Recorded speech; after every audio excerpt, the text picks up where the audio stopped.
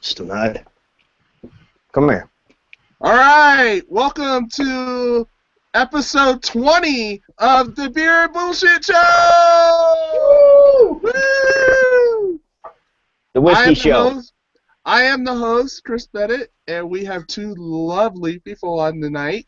But first, we always start with the ladies.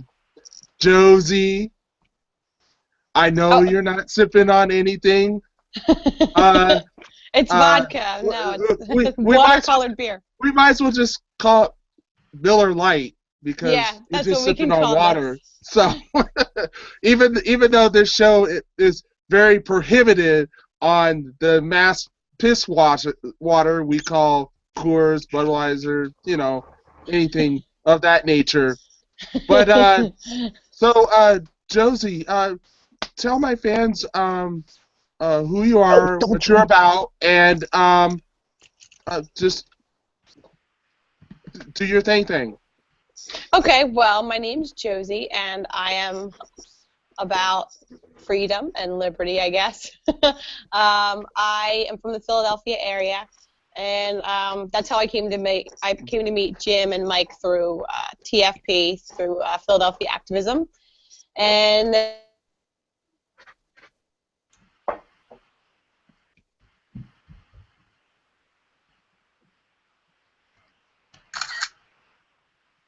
Uh-oh. Oops. And all good. You feel the dead air. Not going to allow that easily. Okay, well, when she comes back, we'll let her continue. Let's talk about her while... Okay, nope, here she is. Okay. I'm back now. Okay. Okay. Hi. It cut me off. Go ahead and continue. I don't know where did we leave off? Where did I lose you guys? Your activism with the Jim Bab and Mike. Yeah. Oh yeah. So then I guess that's how I met these two, and then I guess the rest is history. That's about it. It's already written. Let me just add to that. This is Josie Wales, otherwise known as Josie the Outlaw, internet sensation. Okay? Don't let her humility fool you. She has a great YouTube channel called Josie the Outlaw. Check it out, josietheoutlaw.com. Other Liberty chicks wish they were her.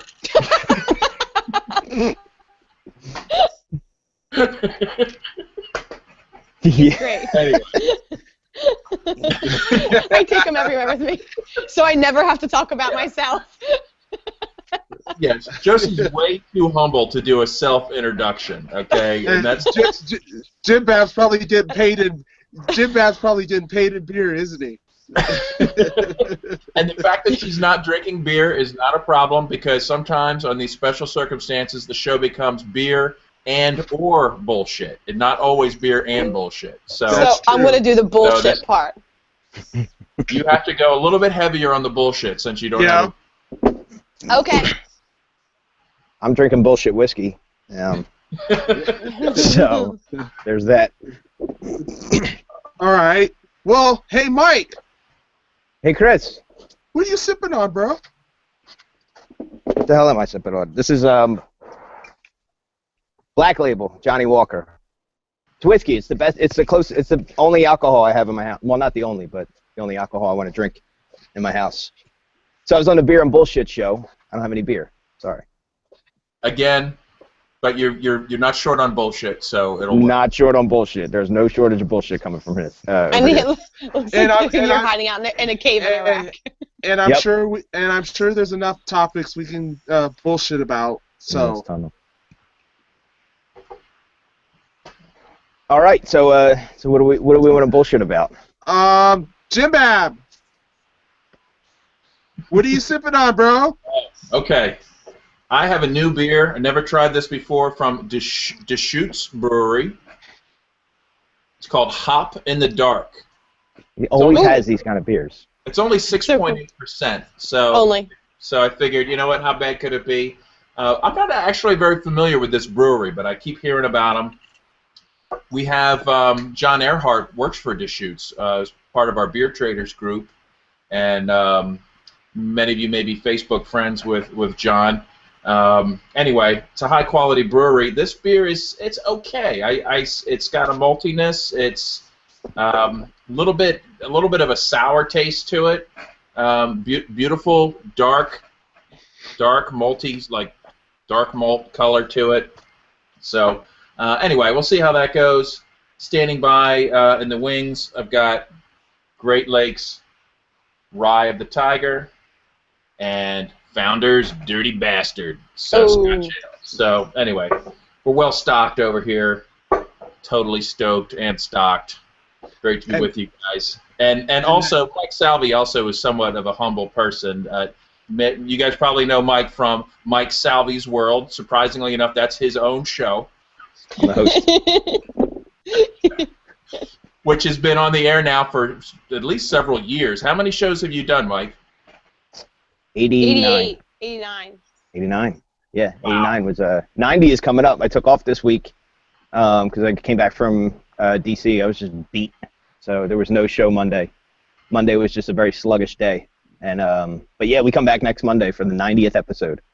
Outstanding. And this is Josie's seen it, but Chris, you should see the Skytop bunker that the show is broadcast from. High top Philadelphia. It is a state-of-the-art studio. You can see practically all the way to New Jersey from the windowless bunker. That's the not beautiful view. You should look the other way. Yeah. You can almost make out Norristown if you squint. Anyway, you can even see media. Anyway, check out MikeSalviesWorld.com every Monday night, and there's usually some great guests. Chris Monco has been the co-host for the past few months at least. Brings a nice flavor to the show. Interesting guests, and as I've mentioned on the show, that when it comes to the format of show where guys are just sitting around talking about crap. The Mike Salvi's World is second only to the Beer and Bullshit Show. So it's an honor. That's my endorsement. That's an honor. Well, thank you. I appreciate those words. It's just been fun. Yeah, we've been doing the show for a couple of years. The thing is just consistency. You just keep showing up every week. There's always something to talk about. There's always something going on. It's more than it's neat being on the ground and being friends with a lot of different people that are doing all this cool stuff. Quick story: a friend of mine today at work came back from California and said that he was on the beach. Somebody got a ticket for, 4 cops surrounded him for smoking a cigarette. He got a $125 fine. But this guy who I work with, just from hearing all these stories, I don't do a ton of cop blocking, but I just share all these stories and I talk about it and I feature these people. He's heard that enough that he pulled his camera out and filmed the whole thing. Wouldn't expect that from him, and it's not like a fantastic video. There wasn't great footage or anything. Some of it was upside down, some of it was filming the beach and the sky. But the fact that he pulled his camera out, that notion is growing. So that's really cool. And by all the people that we have on the show, that's what's emulating from my life. So that's what people are picking up. So I like that. So I'm going to keep doing it. Right on. That's awesome.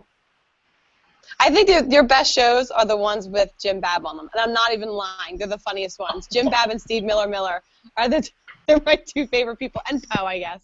Me too. I think they're the funniest shows, yeah. Well, this Me too.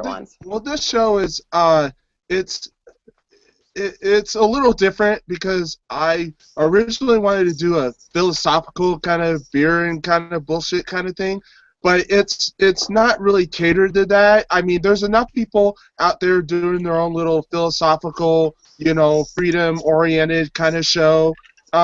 We do get a little political sometimes, but it's one of those where if you really want to see something philosophical or something, you can. There's 50,000 other shows out there that kind of drive on that, but we are more focused on educating the public about good beer and just talk about what we feel. I mean, what comes up, and I don't think we've not hit anything yet that that would just come from us. Um, we would have we have two sets of couples on our show. We have Garrett Fox and Annie Catherine, and then we have Ruby Hilliard, which is soon to be Ruby Barnett, and her soon to be husband Nick Barnett. Okay, on the show. We start out with Rob, and we have guests on our show, and we just and I just have these guests on to promote, the guest, and what they're doing, and if people, watch the show and it's archived later on, so if they say, hey, I like so and so, or I like that person, or whatever, they can go see their podcast or their blog or whatever they might have. That's the really direction of the show. I just didn't want it to be all philosophical all the time. I agree. There's a ton out there. I mean, they're literally a dime a dozen, and they're not even a dime a dozen because they're free, and they cost most of us money. But yeah, it's always there's always some kind of interesting spin that you have to put on it. I mean, as far as like beer goes, I'm not a beer guy. I drink lager, which is Yingling, and then I drink whatever weird. Jim, I always drink whatever weird beers Jim drinks. He always drinks these different types of beers around. I'm like, I don't know, I'll try that one. Some of them are pretty disgusting, but I drink it anyway. Oh. To me, they are. They're probably fantastic beers. I'm not a beer guy. Disgusting beer that, I mean, no one's feelings will be hurt. I mean, but just I'd like to know more what styles you do like. See what you're drinking? Yeah. That like dark. No, that's kind of gross to me. Like some of the stuff to me that tastes sweeter. That's why anywhere we go, I always say, "What's the closest thing you have to a lager?" And everybody always rolls their eyes and they're like, "I don't know." And they find something. But how about a lager? How about a lager? So that's what happens. Hey, Jim Bab, you're missing something. What am I missing? Oh. What are you missing? we forgot to introduce the host of our show, Chris Penn.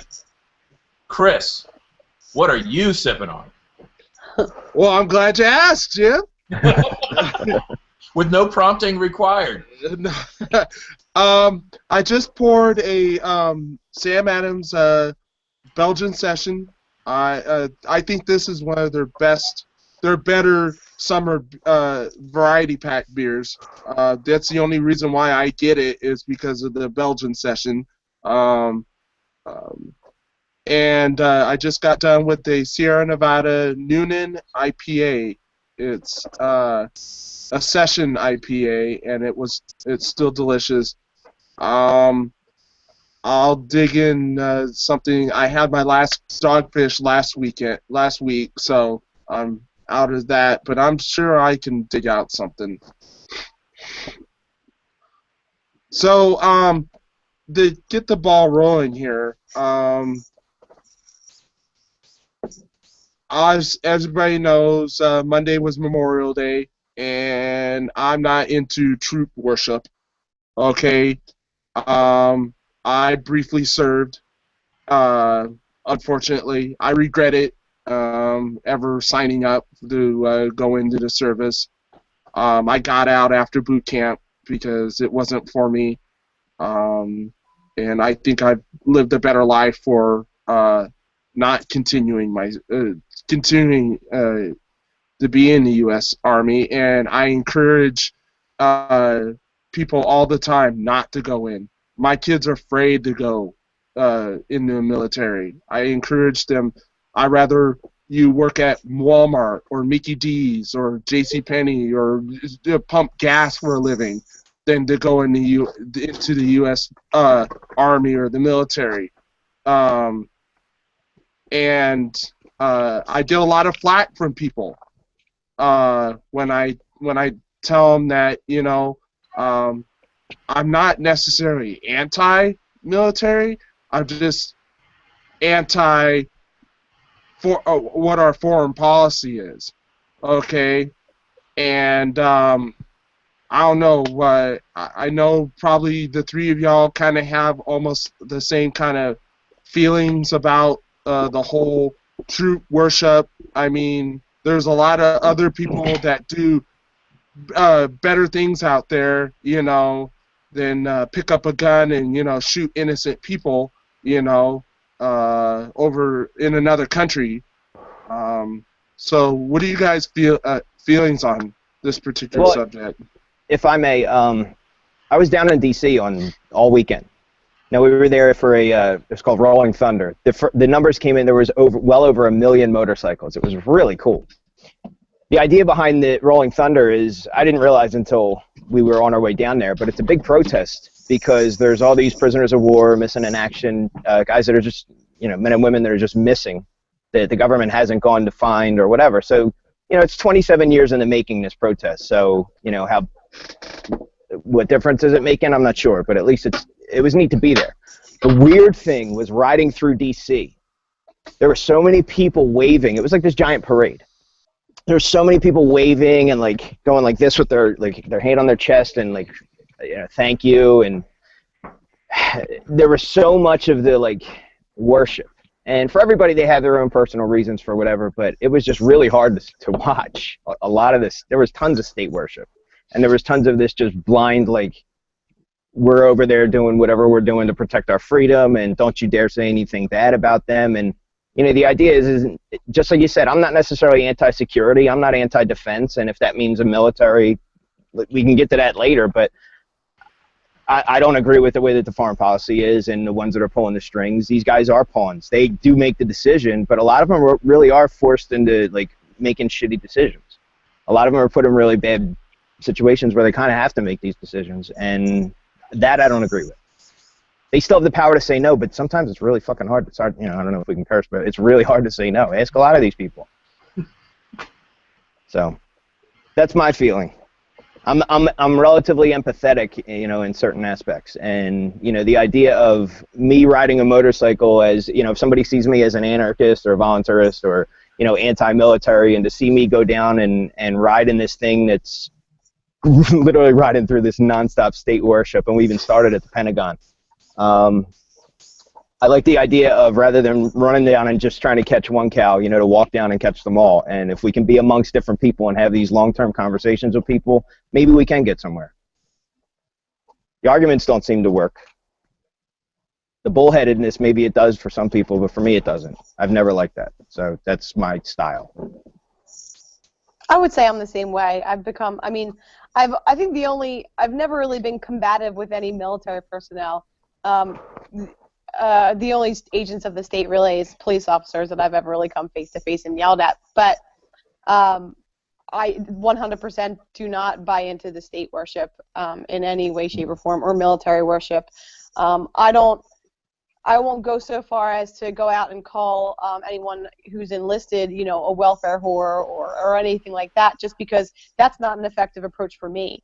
And I've always used my ability to kind of reason with someone and be compassionate and kind of appeal to what, to their interests, and kind of, if they're in the military, I ask questions. That has been the most effective to me.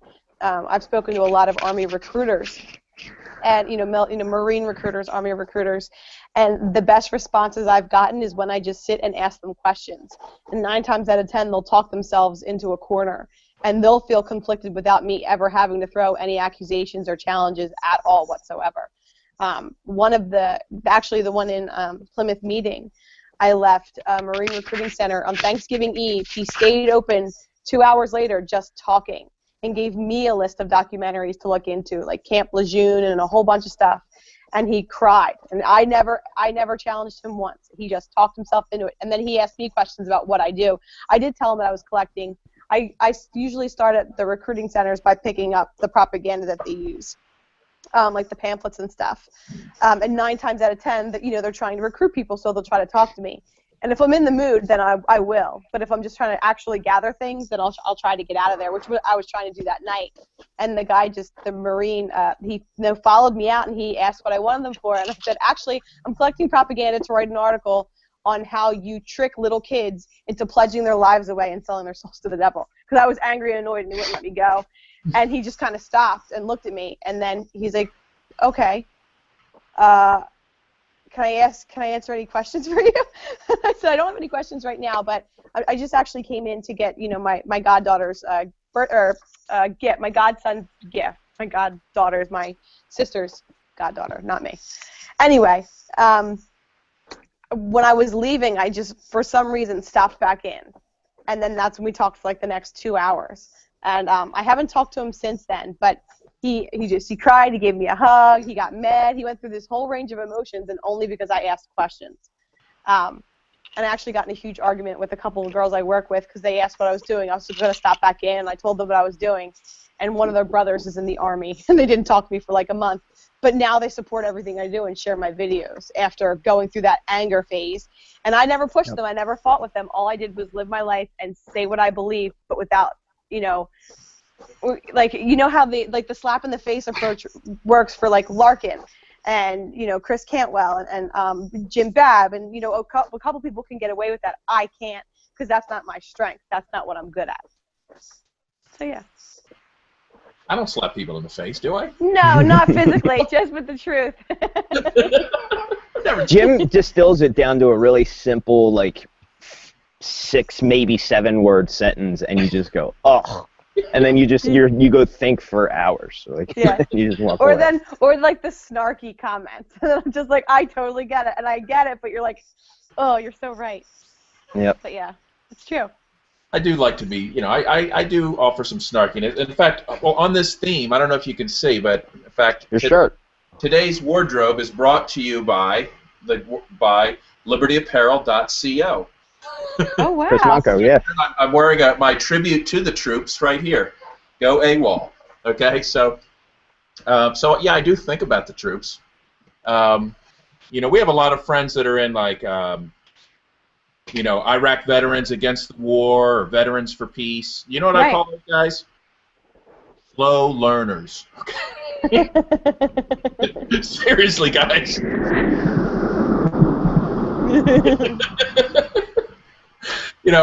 I'm glad they're on our side now. Might want to look into what war's all about before you signed up. Seriously, guys. As much as I like these guys that have turned their lives around, the time to figure out you don't like murdering people overseas is before you sign up for free college. So, yeah, I'm glad that you guys are out there being diplomatic, because I do not have that patience. I mean, I'm 100% anti-state, so I have to be 100% anti-military.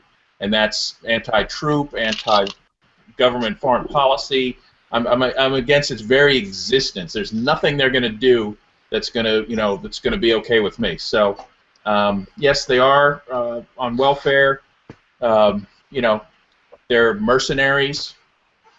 Many said, well, you know what? I just wanted free college. If you're willing to go commit mass murder for free college, you're a monster. A little bit, yeah. All right. Like, why should I beat around the bush when you're going to Applebee's and getting 10% off? Because you're going to. They get 10% off at Applebee's? Yeah. Well, you know what? In all honesty, the sentiment, like, and in my heart, is exactly with Jim's. But at the same time, it's not necessarily sugar coated, but it's maybe if at the very least it's candy coated in some way. Because that's essentially where I want people to get in their hearts, so that they just stop it right at the door. Not everybody thinks that they're going to go murder people overseas. They think that they buy the lies that they're promised, that they're only going to work somewhere in Omaha and or that they're killing bad people, or that they're killing people who are killing us, or they do believe that. Not like the same. I agree with you, Mike. I guess I wrap mine in a hug and a smile. That's how. Listen, I learned something a long time ago from a friend of mine, and it's you can say anything you want to anyone with a smile on your face. Right, and I try to do that. Yeah. Especially if you have a really great smile. But I gave up on that a long time ago. And what did Steve Miller say? The fact that you stand in front of a waterfall or something? Yeah. He's like, the waterfalls don't hurt. No, they don't. So, yeah. Anyway, happy Memorial Day. There are troops happy that Memorial I respect. Chelsea Manning's one of those troops. Yeah. Look what if you got any kind of decency to you, you end up like Chelsea Manning in the military. It's. I mean, yeah, and she's endured more than her share of torture. I mean, nothing she's ever done could make a deserves what she had to go through as a result of her standing up and now, trying to right a wrong. Now, if somebody wanted to go to the military, here's one good reason to join the U.S. military, and I'm dead serious. Get the keys to the armory, okay? Learn the skills, learn what they're doing, because they've got resources that need to be liberated. So. Oh yeah, monkey wrenching. Yeah. If you're going to join the military, be thinking about that from day one. You don't have to kill anybody. You don't have to actually go along with it. You can drain their resources. You can leak information like Chelsea Manning or Ed Snowden. You can, oh, I was supposed to send that train to the port to get all those tanks over to Africa. Oops, I accidentally sent them to Alaska. Sorry, You could. It's true though. Yeah. Some interesting monkey wrenching from within the system, and if people say like, God, is he really, is he that incompetent? Well, you're not even going to stand out for being ridiculously incompetent, because everybody is in that institution. It's so true. It really is true, and it's funny, but it is true. Yeah. So yeah, what happened to that trainload of mortars? I don't know. Chip's face. That's amazing. Oh no. Anyway, that's it. That's it for the troops. They can, they get enough out of me. Yeah, I got to celebrate my Memorial Day. I think I celebrated the best way possible, and that was with Nicole Prosser. We were up at Turtle Island, and we were actually just really digging in the ground, and it was one of the most amazing experiences I've ever had in my entire life. I mean, it was spiritual, and my day started at 5:30 in the morning, and I worked hard all the way up until probably about 9 o'clock at night, and it was hard work. I couldn't walk for 2 days when I got home. My dad was giving me this Ricobazone stuff that I guess is really good for muscle pain. And I was down for the count, but it was a really great way to spend Memorial Day because, for so many years growing up, I would eat at the barbecues and have the hot dogs and the brownies and the picnics. And this year I did what I could to put back into the earth that I'd been draining for so long. So I thought that was pretty cool. Cool. Well, yeah, Turtle Island Preserve. That sounds so cool. I've heard Nicole talk about it and watched the videos. I'm glad you got a chance to check that out, too. It was amazing. For folks that don't know what Turtle Island Preserve is, maybe you could fill us in. Turtle Island Preserve is Eustace Conway is, growing up, he was always really in touch with the earth. He's always studied, different mentors, most of them, I think, being Native American. He's grounded in Native American philosophy. He also went to college. He majored in, I think, English and anthropology. I think he has, I don't know what degree, but he's extremely, extremely well educated. But he's on that show, Mountain Men. I didn't know this until I went there. He basically started this. He started buying up land when he was younger after he got out of college, and now he owns 1,000 acres in Boone, North Carolina, where they live completely off the land. There's no electricity. There's no plumbing. There's running water. And they live, all of the food. Well, I would say the majority of the food is gotten from their farm, from the goat's milk, the goats. They have pigs, horses, chickens, and everything. Nothing gets wasted. There's literally almost no trash unless you bring something in that needs to be thrown away. Everything either gets burned for fuel, or eaten, or whatever it is. But everyone works together to make everything work properly. And there's literally no pollution. There's nothing, everything's going back into the land to make it more beautiful than it was to begin with. So I guess it was back in the summer. They've been trying, the local government had been doing, I guess, what do they call, when they come in to make sure everything, the building inspections, making sure everything was up to code. He passed every year up until this past year where they said his buildings weren't up to code. And he said they were. He told them and they are. That you can tell they are. He said they're built safer than any building that you can imagine. And this is here to show people how to live without, the luxuries and the conveniences of electronics and all that kind of stuff. He said, so if I started putting plumbing and all the things that they wanted him to put in, it would take away everything that he wanted that place to be.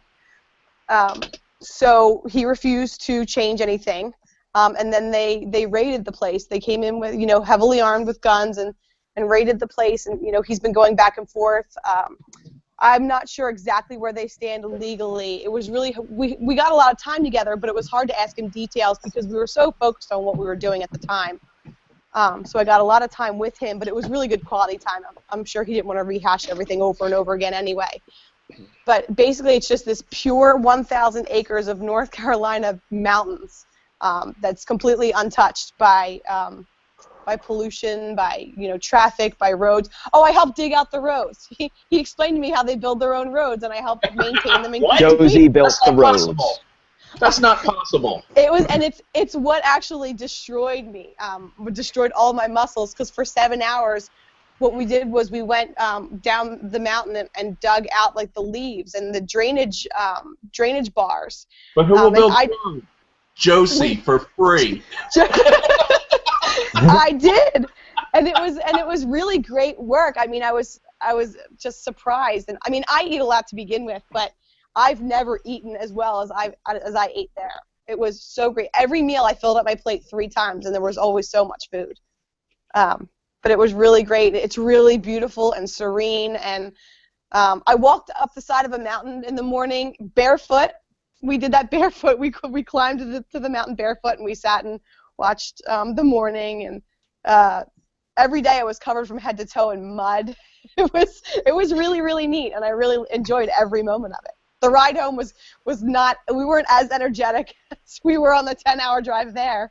But the ride back, we just listened to like Pandora comedy the whole way, and just like we were exhausted. But it was really. Everyone should go do that. I say everyone go do that just to get back in touch with what life was before, before government came and destroyed it. Maybe you could organize like a road building crew for Philadelphia, where they've forgotten how to build roads. No, they know exactly how to build the roads. They build them every day. There's new road construction. They're building them again. They're rebuilding. They're always rebuilding. They're doing it again. They did such a good job again. months ago. But I think the best roads in Philly are the cobblestones that Ben Franklin put down. Like I think it's really gotten any better since that. I know, it's so true, but it's amazing because I taped as much as I could. The battery died and I couldn't figure out how to charge it. And then I took the video on both phones. Doesn't he have like a water wheel charging station or something? you would think, but no. He loves the selfies, though. Right before I left, I was like, Eustace, we're going to do a selfie. And he's like, okay. He jumped right in. It's the funniest thing. It's the cutest picture, too, because he has this wonderful smile. He's just always has a twinkle in his eye. I've seen his videos, and you just fall in love with Eustace Conway. When you hear him talk, it's just like he's so lovable. I'd love to hang out with him too. But I don't know about building roads barefoot, but I'd love to hang out with him. Yeah, it was funny. Once I got there, I had no fear really.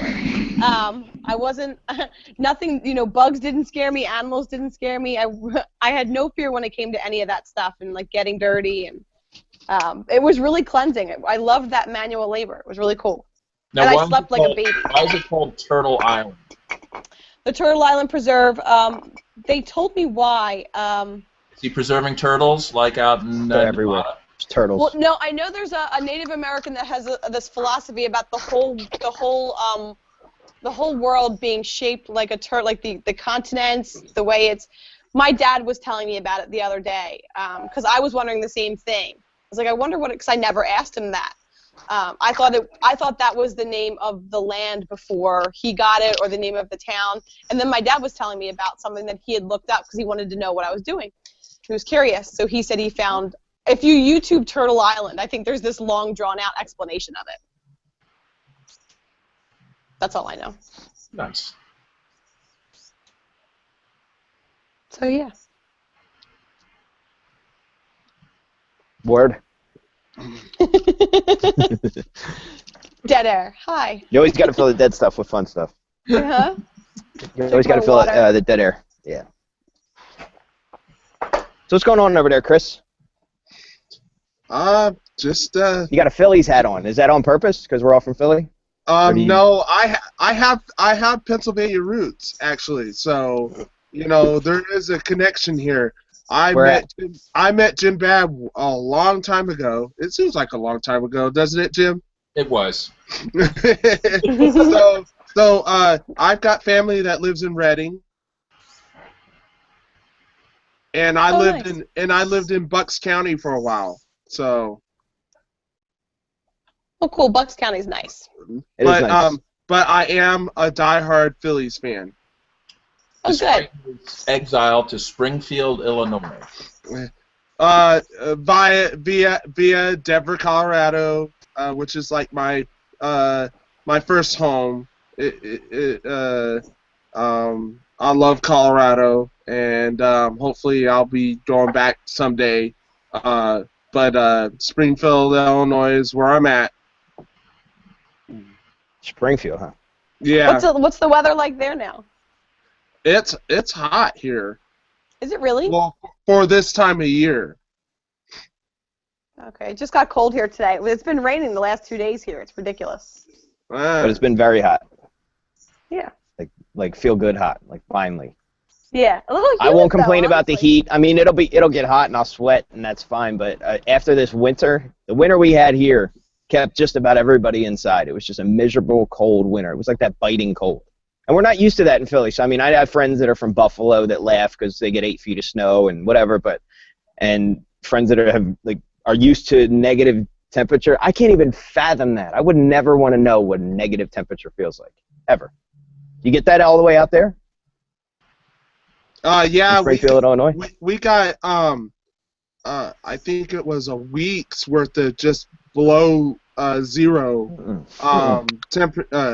temperatures. So That's when you go on vacation. That's when you leave. It was cold. Yeah, no way. Yeah. So it's been nice here. It's been freezing here in Philly all winter, and everybody's just been kind of doing their own thing. But now that the weather's out, now that the weather's nice, everybody's out again, and it feels good. So there's things to look forward to. So we're pretty excited.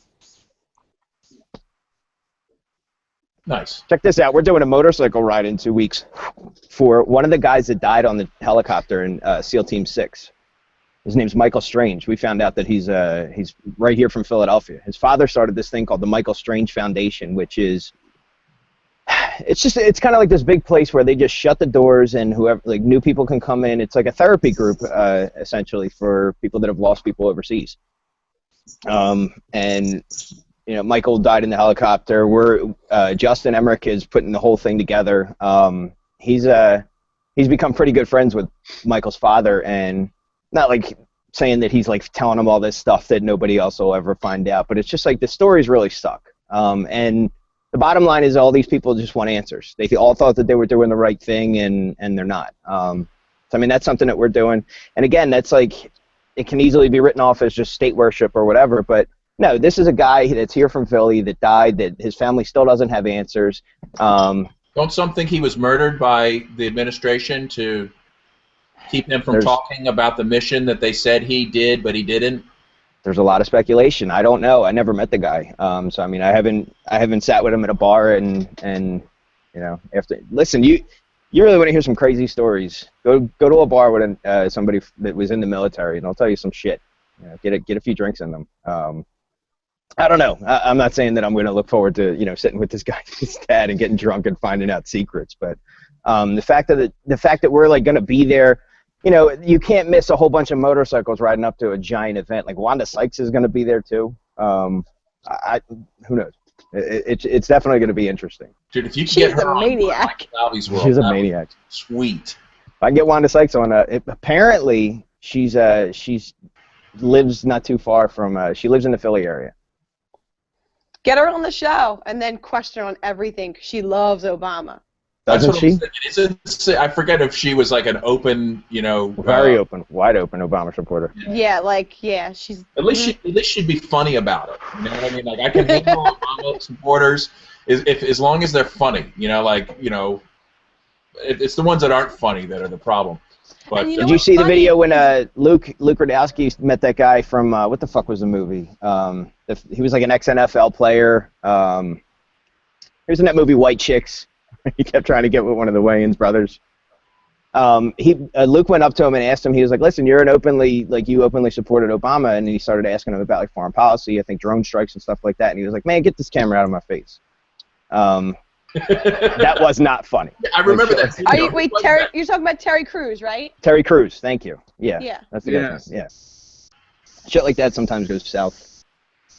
Well, when people use their celebrity status to promote somebody like Obama, they got it coming. They got it coming when somebody wants to come back and ask him a question. Well, what about all those people he killed? That's why it's really hard for me to listen to the Roots. I don't want to talk about that, I know, yeah. I was really surprised to hear that I heard a story about the Roots and how they acted when they were confronted. Who was it? It was Quest, I think. Questlove. Yeah. Luke going up to question, it was like, listen, man, he wasn't a dick, and he never is. I mean, he walked up to him and asked him, do you still support him because of X, Y, and Z? And he was just like, man, get out of my face. And it's almost like they all walk away with this, I know, but get the fuck out of my face because I'm not allowed to say anything different. Right. Or they just don't like being confronted. They're just that arrogant. They really don't know what's going on. Because a lot of that I never saw that video. I only heard about it. I didn't see the Terry Crews one either. But, I get the impression, when it comes to Questlove, I had met him through people before, and he seemed just like an arrogant prick. So I could see him just being like, who are you to question me? Right. But I know that Chris Rock, when he openly supported Obama, you'd think he would be funny about it. And at first I thought that what he was saying was supposed to be a joke, but it wasn't. He said something like, you do it because Obama said to do it. He's like, when your father tells you like your daddy, yeah. Yeah, he's like, you do it because he's your father. And then I heard that, and I just kept watching it over and over. I'm like, it's got to be a joke. He has to be saying, but he was dead serious when he was saying. I'm like, this is the same guy that wrote Bigger and Blacker? No way. That's the most libertarian, anti-status stand-up set I've ever seen. What if somebody said you do it because your slave master commands you? You know what I mean? Like he might not like that. What the hell is that crap? I can't. It's like I try to cut entertainers some slack. Okay, they're not out studying this stuff. They're busy. They're busy making money, driving Ferraris and artists and actors and musicians, and we can't expect them to have the knowledge that we have with all of our time to sit around on our computers learning stuff. Okay. Yeah. I don't fault them for being ignorant on these subjects. It's just rather annoying when they have such strong opinions about them that it gets so widely publicized. I agree. I've got plenty of friends that don't know anything. Okay, that's fine. But they don't go talking about it everywhere. Yeah. Most of them, aren't going to make the news, but just by spouting their opinions. Here's some Roots trivia. The Roots used to open up for my band in the 90s. That's not trivia. That's just a fact. That's a cool fact. Jim, you bring up a good point, and where people say, like, I don't give anybody any more credit than they deserve, which is pretty much next to nothing. I mean, enough, but just for me to get upset at a celebrity or even a person that's not a celebrity but has a voice or whatever. I don't get upset with these people if they don't say the message the same way that I do, because I take the simple approach where most people will snarkingly say to you, well, why don't you do something about it? Why don't you start your own thing? And I'm like, well, I do that. And so while there may be 50,000 podcasts talking about voluntarism, guess what? Now there's 50,000 podcasts talking about voluntarism, and that's great. So maybe my show doesn't get millions and millions of viewers, but you know what? It gets the viewers that are within my reach. And same with Trip. And everybody else that does a show. Same thing with you, Chris. Like, this is the reach that we get. So that's why I don't worry about, going nuts advertising. I don't worry about going nuts getting the huge message out to millions and millions of people, or getting disappointed in a Chris Rock or someone like that. There's no point. I'm saying what I have to say. I put my show out every week, and there's my approach. It might not be the best approach, but it's the one that I can fit into my busy ass life. So and we still have Doug Stanhope deployed against the Chris Rocks of the world. Okay. Exactly. Yeah, Doug Stanhope's, the Joe Rogans, all these guys. They they're out there saying something, and you know, those guys I give a lot of credit. I give a lot of credit to Adam too. I had a conversation with a friend of mine this weekend who, when Adam's name came up, he just went, that guy, he doesn't know what the fuck he's doing. And I said, well, when's the last time you talked to him? And he was like, after that whole DC thing, I stopped listening to him. And I said, well, don't wave your hand. I said, if you've listened to his stuff lately, he's doing, like, he's going after, like, in the next level. Like, he's going after, and he's really good at what he does when he's Adam versus the man. I don't think he ever needs to load it. You can't top the civil disobedience stuff that he's done, so there's no need for him to go out anymore and load a shotgun somewhere. You know, Adam's kind of, like, earned his place, and I trust him at a higher level with a message. You know, when I found out he was going to be on the Joe Rogan show, I was like, that's fucking awesome, because I know Joe Rogan's fans are going to appreciate a message like that. So I can trust someone like Adam with a message, only up to a certain point, though, because he might not say exactly what I'm going to say, but I still trust in someone like that, only up to a certain point, though. Follow me? And he's, you know, he's getting better and better. You know, like his philosophy has definitely evolved. Absolutely, like, and just the way he handles. I got to remember that he's, you know, he's probably 10 years younger than I am. I don't know how old he is. Okay, but if I look back, you know, roll back, you know, looking what I was doing 10 years ago. Okay, he's completely kicking my ass. You know, like on all levels. So. You know, I think what Adam's doing is great. I mean, I don't necessarily agree with, you know, all of his tactics or, you know, his style, but man, you know, you can usually count on him to nail the principle on just about any topic reliably. You know, he's yep.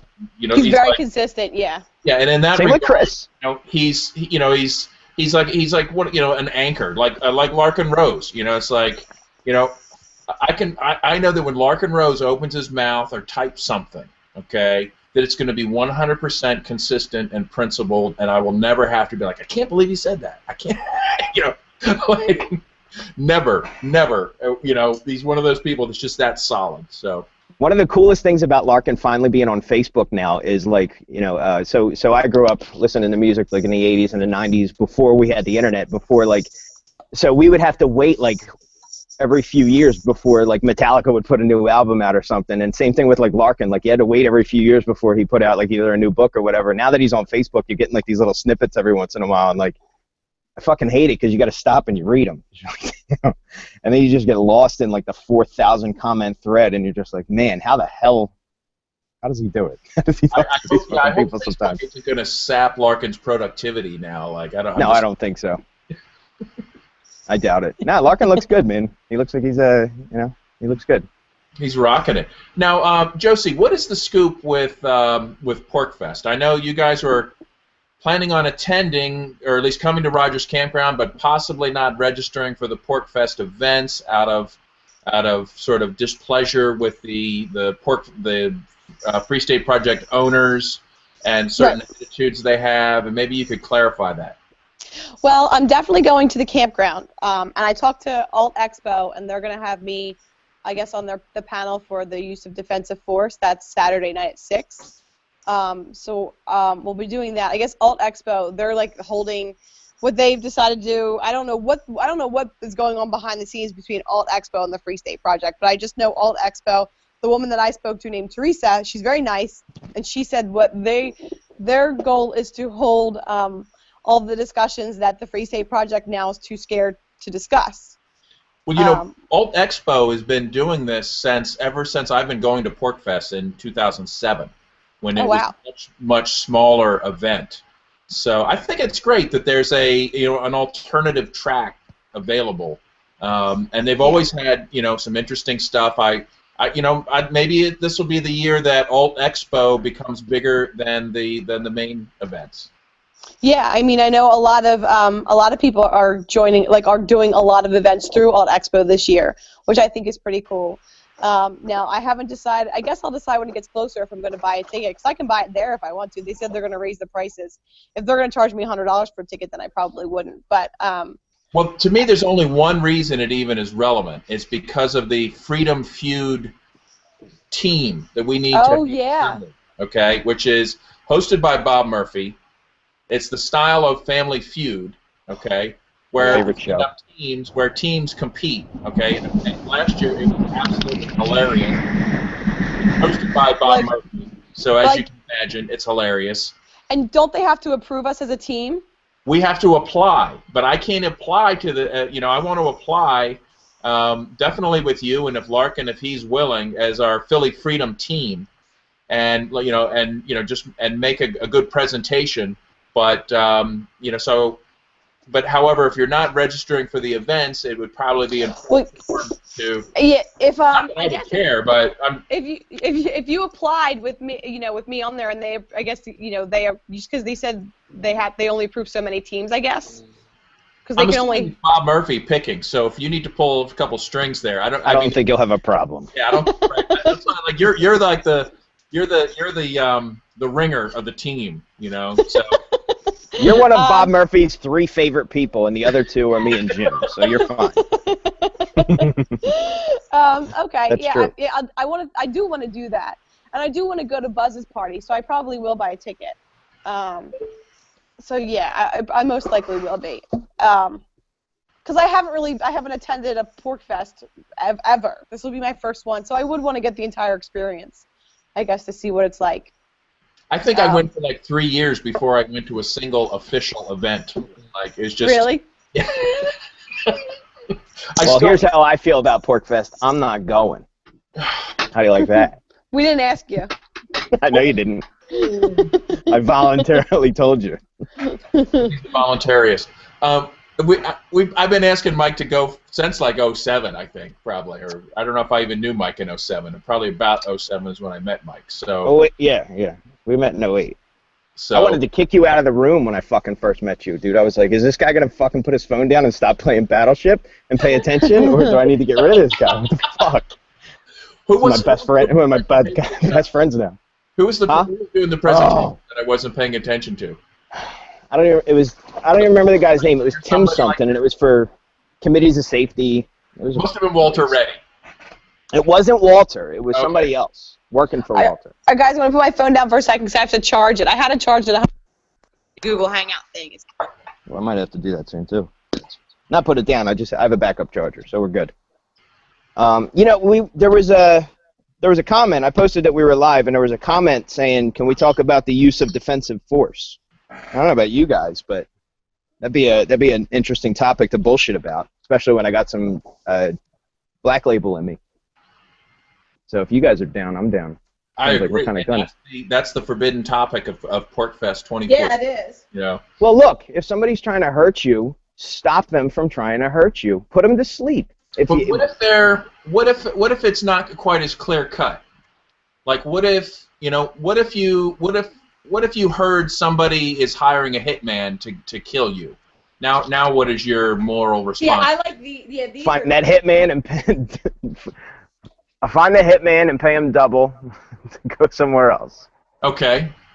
So, but would you be more like? If I'm not in a position to do that, that's a joke. Hold on. All right, so you guys get to hear me, but you don't get to... And say setting up an ambush to wait for the guy coming to get you, and like have him fall into a pit of alligators. Hey, listen, if I got a pit of alligators out front of my house, I'm doing pretty good for myself. Yeah, or sharks with lasers, or That's exactly what I want. Lasers. I want alligators with 45s. So that's what I want. So if somebody is but what if it's like several what if it's several people removed from the actual like violent threat? Like what if I'm going to vote for the guy that's going to go kill you? Is that this is where it gets hairy. This is where they didn't what they didn't want to get into at Porkfest, because they got into advocating violence against agents of the state, or how did Cantwell put it? Like killing the post office, like the mailman. because he delivers a letter saying that the IRS is going to come take your house, or because he's being paid with extorted money, basically, because he's he works for the government. Now I'm not going to kill the mailman. But what came up in a discussion I had with Cantwell last week on a show was that he's like, if I get pulled over, he's like, and I wouldn't drive around with a kilo of cocaine in my trunk, but I don't say that he's like, I have no right to say that someone else shouldn't. So let's say I'm someone else and I have a kilo of cocaine in my trunk and I get pulled over and they have drug sniffing dogs. Well, I know that once they pull me out of the car and they smell that, they're going to put me in jail for 30 years. He's like, so I'm going to shoot that cop before he even gets to my car. Now, I have a little bit of a problem with that. although his argument is valid, because my approach is that I would, first of all, I'd drive away. If that happened, I don't think I'd pull over. I don't know what I'd do. I'd be in a high-speed car chase. And then they kill you. Right, I know. That's why it's so scary, and it's that there's this thin line, and it's so hard because, you know, if they pull me over and they find out I have, you know, a kilo of cocaine in the trunk, which I would never have, but if I did. What if you did? If I did, I'm going to jail for at least 30 years to life, probably. Maybe it's not a kilo of cocaine. Maybe it's Bitcoin on your phone. We don't know where this is headed in the future. You know, right, exactly. Like, who knows where this is going, but... Like, is it justified to shoot that cop just for pulling you over for going a little bit over the speed limit because you have something that's basically contraband to them? Now, I couldn't do it. I wouldn't be able to. Whether or not it's justified, I myself wouldn't be able to do it as a human being, I don't think. But, I mean, if like we all know, every time we get pulled over, it's a death threat. Because if we don't pull over, we all know how it goes. We all know the steps there. So that is a line that I don't know how to debate, just because I think it's justified. But then again, it's almost like a thought crime, you know, like the Minority Report. I don't know what that police officer is going to do. Mm-hmm. I don't know if they're going to find that cocaine. I don't know if they're going to decide to be nice because I bat my eyelashes, which has happened in the past. So I don't know if I can get out of it. If I can get out of it peacefully, I will. But then again, if I take the threatened with death, I think we can agree that morally you're justified in whatever gives you the best defense possible. Absolutely, and I agree. That's why I say morally, it's morally justified. Right. I don't know if I could do it. Like, I don't know if I could. That's because normal people aren't bloodthirsty killers. Okay, like normal people don't want to kill people even when it's justified. I mean, that's you know. I think before we get into how far it's gone, because the reach has certainly gone way beyond just having a kilo of coke in your car. You know, the reach has gone up to, you know, there was somebody up in Hatboro that their dog got shot. Like recently, within a few days ago. Okay, lemonade stands get tickets, but for little kids. So obviously the reach is going to go as far as they want it to go. But you still have you know that, like it or not, cocaine is very illegal. You know what they're going to do. You assume the risks when you put something like that in your car. You know, then to say to yourself, well, I knew what all the risks were, and then for me to take the last step in taking this guy's life, who's about to walk up to my car and could, you know, put me in jail for the next 30 years, or could take half the fucking kilo and walk away. You don't know what's going to happen until that moment. It's very hard to debate. You're absolutely right, because you're not in that situation until it fucking happens. But at the same time, I mean, when you're doing something like, setting up a lemonade stand is one thing, but I mean, when you're blatantly doing something like that, listen, I would love all drugs to be fucking legal, or at least not even looked at. You know, we don't have to legalize acorns. Legalize acorns. Legalize acorns. So the question becomes, is if you're talking about using defensive force over something that you know exactly what the risks are going to be, is it Joe Schmo, the police officer who came and took you's fault, that now it's time for it's his life and not yours? Good question. It is. There is a gray line there, but and then it goes back to, well, it's an unjust law. I mean, it shouldn't be a law, and you know. It shouldn't be a law in the first place. Who is anyone to say what kind of substances someone else should have on them, or ingest, or sell, or whatever? But then it's just a big circle, because it goes back to what we do know, that it is against the arbitrary laws that are handed down by the sociopathic politicians and enacted into law. So we do know what the consequences could be. Yet we defy those. Like, you know, when I came back from Colorado, I knew what I was doing. I was scared, but I did it. You know, it wasn't the smartest thing in the world for me to try to get. It was a couple pieces of candy, and it wasn't totally. I'll be honest, it wasn't totally intentional. But once I realized what I was doing, I was like, shit, it's too late now. So I kind of just went with it, and just, you know, the whole time had basically my defense was, I didn't have a gun on me, and why would I have a gun on me in an airport? So there's no way. I knew that, God forbid I get arrested, what am I going to do, start punching TSA agents when I'm outnumbered thousands to one? Well, the tactical situation is a totally different discussion, you know. Yeah. Right. The other side needs to hear that argument, though, too, because the other side should hear, does this girl who mistakenly left some pieces of candy, and at that point was really like, fuck it. Do we need to torture her, ruin her life, fine her, or whatever? I mean, the other side needs to hear that side of it too. We kill her. For them, it's always do we have to kill her for that? Yeah.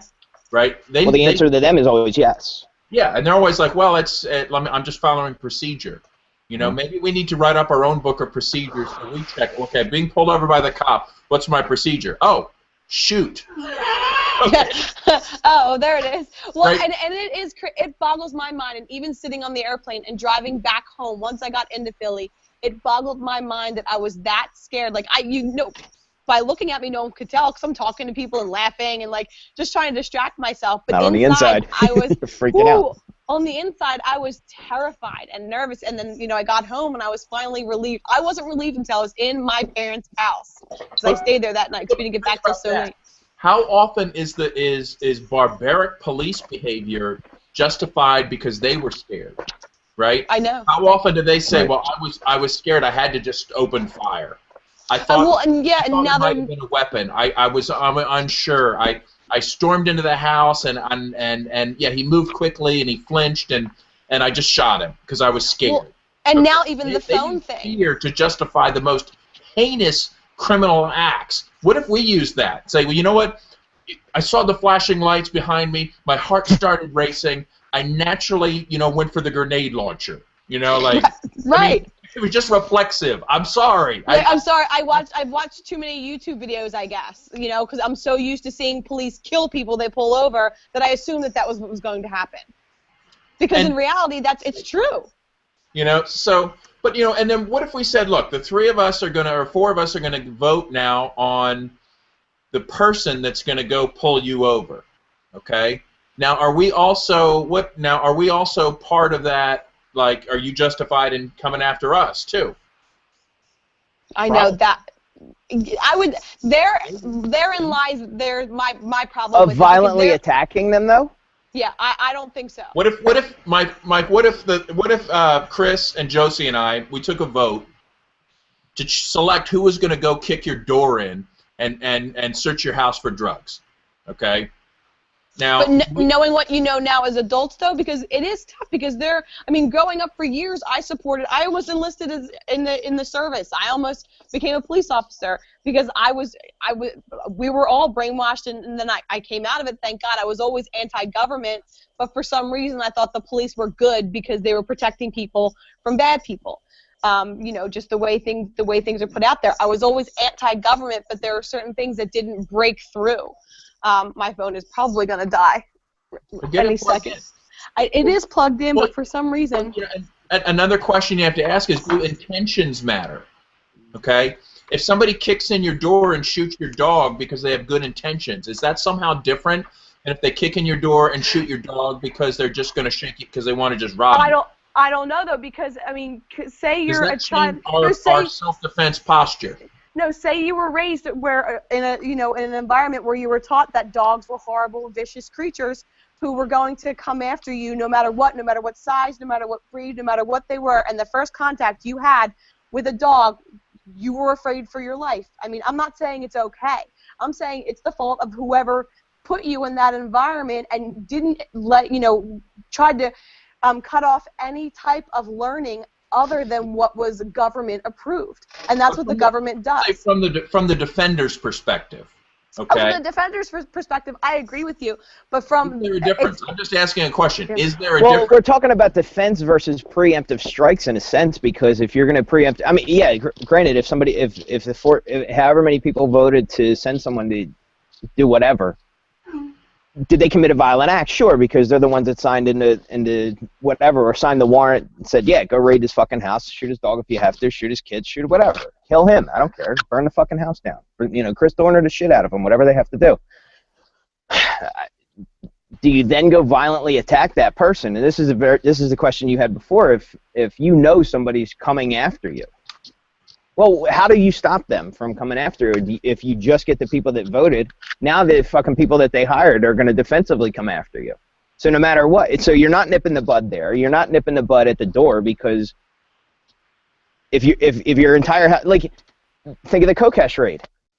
however many plainclothes cops, normally dressed cops, fucking SWAT tank, helicopter, they all came outside, and each one of them had like 7 dots on their chests. There's no standoff. I think the closest thing that we had to some type of a standoff was the Bundy Ranch. Forget whatever the guy said. I don't give a shit what he thinks. I know that the federal government tried to steal his land, and he stood his ground, and a whole bunch of people came to support him. So I don't care if he loves black people, hates black people, made a stupid, weird, out of context, twisted conversation, whatever happened. That was the closest thing that we had to a standoff, and you know what? People were worried about March Madness and the next thing after and the NBA playoffs, and life just went on. What happened to Bundy? Oh, that was that guy who made that dumb racist statement. Who cares what happened to him?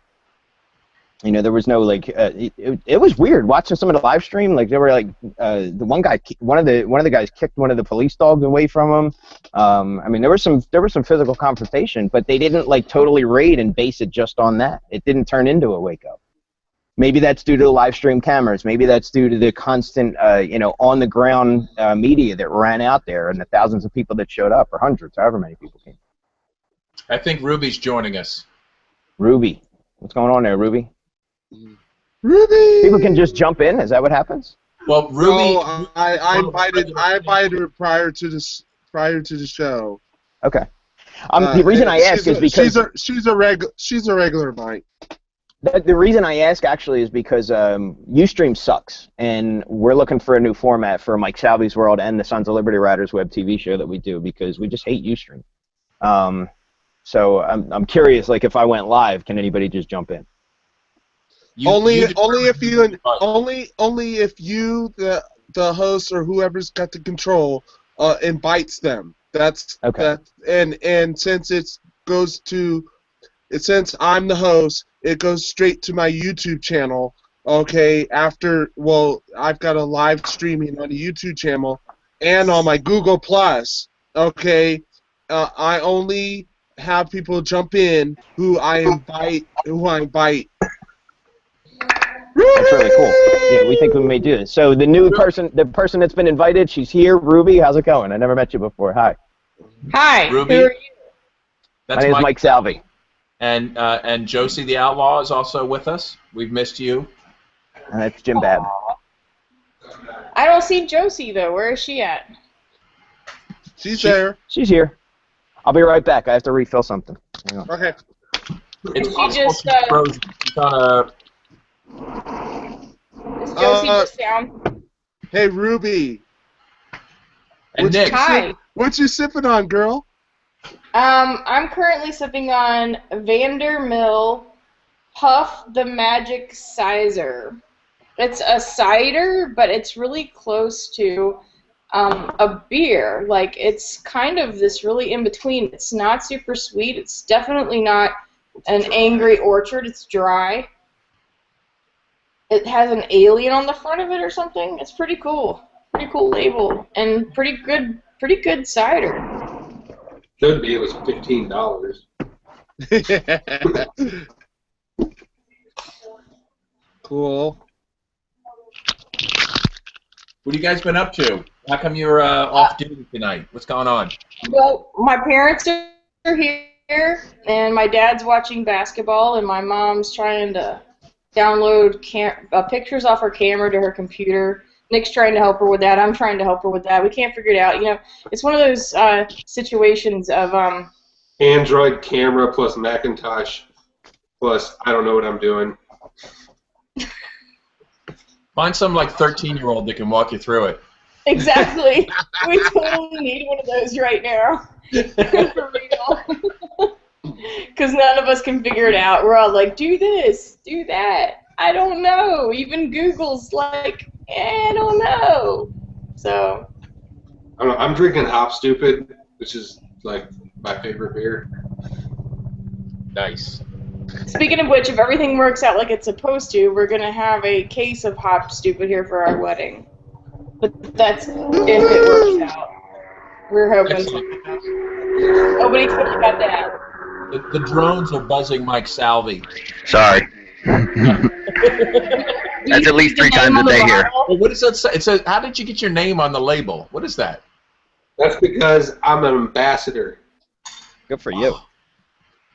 Wait, I got to wax dip this one myself. Oh, I should go get that other one. You should go. Okay. He's so proud of himself. So he's going to go get the other one he dipped. He was like, no.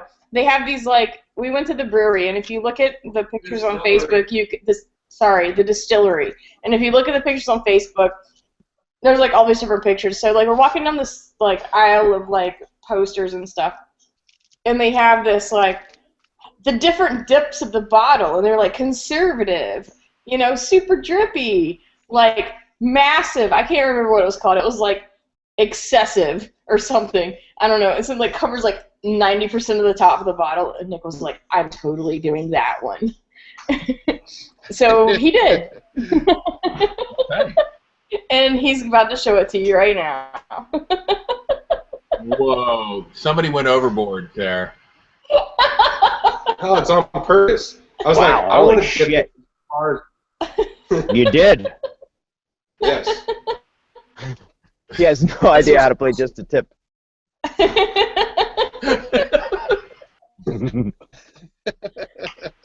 But we got two things they offered at the distillery that they don't offer anywhere else. So we got Maker's White, which is Moonshine.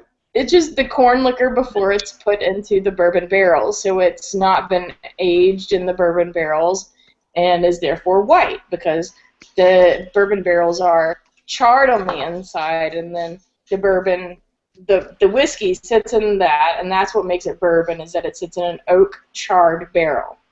And so for someone who's describing this much about whiskey, how do you feel about sharing a call with someone drinking Johnny Walker Black Label? Is this a faux pas or is this okay? That's the Scotch Okay. that's close to a bourbon. Okay. It gets the job done. I mean, I'm feeling it. I shouldn't be driving, and I won't be. So it's working.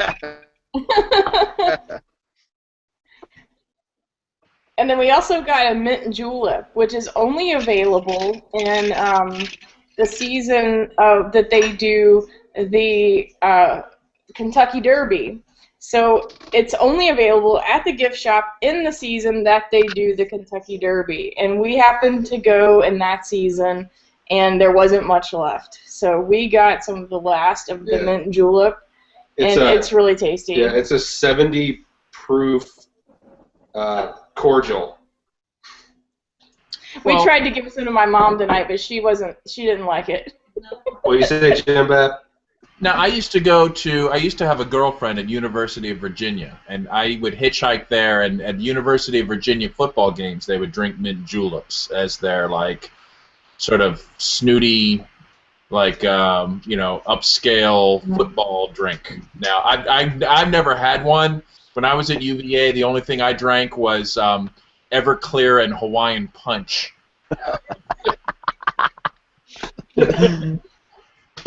Well, it's not a traditional mint julep. Like, a traditional mint julep, I think, is not bourbon. I'm pretty sure it's like vodka or it's rum. bourbon. No. Yeah. But it usually has a bunch of other stuff in it. But this is just bourbon, mint, and then if you want to put ice in it and simple syrup. And it's like spearmint. Like, usually it's just mint that makes up a mint julep. But this is actually like a kind of flavor. It's really neat. I've never had anything like it. It's not. I prefer bourbon. So I used to just drink whiskey straight. Yeah. We were in Kentucky, obviously, and we went to this bar, and they had 12 different beers that were bourbon barrel aged. So I drank them all. More than once. Yeah. Well, they had this one. It was a peach blonde bourbon barrel aged. It was 11 points, and it was really good. And they also had a bourbon barrel aged brown ale, which was my favorite. It was called Cowboy. We actually had to add a couple of beers to the Untapped list because they weren't on there. So there were a couple of like collaborations between different breweries to make a specific beer, and It was a good time. And by the way, we had a couple of flights. So don't think that we had 12. That's not really the case. But You would never think that Ruby and Nick drank too much beer. Never. We would never make that assumption. We got there. Well, it was a family reunion type thing. We got there 6 hours before my parents did. So I just arranged it with them, where they just picked us up, and my dad drove my car back to the crackhead hotel we stayed at. With the serial killer and the rapist and the meth addicts and the people. Apparently, everybody's car was broken. Yep. Every person there's car was broken because everybody was working on their car. I got an email from Hotels.com to rate the hotel that I stayed at, and I let them have it. It was fun. Can you give it a negative rating? So go ahead, Jim Bab. I'm sorry, what did you say? Priceline.com. Okay, you go the maximum number of stars wherever you're staying, and you bid $50, and you usually get the room. Okay, and the time to use Hotels.com is before you book, not after you book. Okay. Well, it was hard because we had a dog. That's getting married. Okay, and so Nick, this is advice to you, Nick. Okay, just for you gotta you're not a bachelor anymore. Okay, you've got Ruby to take care of here. She needs the maximum stars in a hotel wherever you go. Okay, this kind of like low budget hotel shit's not gonna cut it anymore. Just man to man. All right. It was 3 out of 5. How am I supposed to know that means crackhead cars falling apart? You have to plug in 3.5 and above. TripAdvisor. You know what I mean? This stuff is easily known now. Like, seriously, TripAdvisor will tell you, like, it says, if it says, like, excellent place to dispose of a body, okay, go somewhere else, right? Yo, listen, I stayed last week in the Upper West Side in Manhattan, which is really expensive, and the room was like $130, and the elevator was fucking bigger than the room. So yeah, No, I didn't. Priceline. I'm gonna now. Anytime I go anywhere.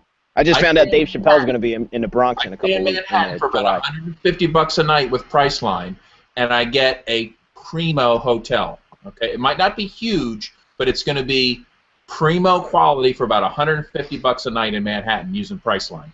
Just saying. It was almost as good as the hotel in Coming to America when he first got his apartment. Fucking outlined the chalk dead body on the ground. It was almost that good. You can't use Priceline if you have a dog. No. Okay, well, I have a dog. He just what you're gonna definitely. Yo, Jim, you know what? You brought up a really good point today about PorkFest and just about traveling with your animals in general. They're not vacationers. They're just not. They freak out. If you can get somebody to watch your animal, do it. Don't bring them up. Your dog to PorkFest. They're gonna say yes. It was a family reunion, so we couldn't get family to watch it, which would be who would usually watch it. So, which is who's watching it for PorkFest, right? So, we had to bring him because there wasn't anybody. Oh, and by the way, because my new job is like the dog walker / sitter, means that I'm the one that watches people's dogs. Wait a minute, we have a new Rob. Pepe. What is that, Pepe? Hey. Holy crap! Oh, hey there, Rob Pepe. What do you say there, Mick Silver? What do you say there, Rob Pepe?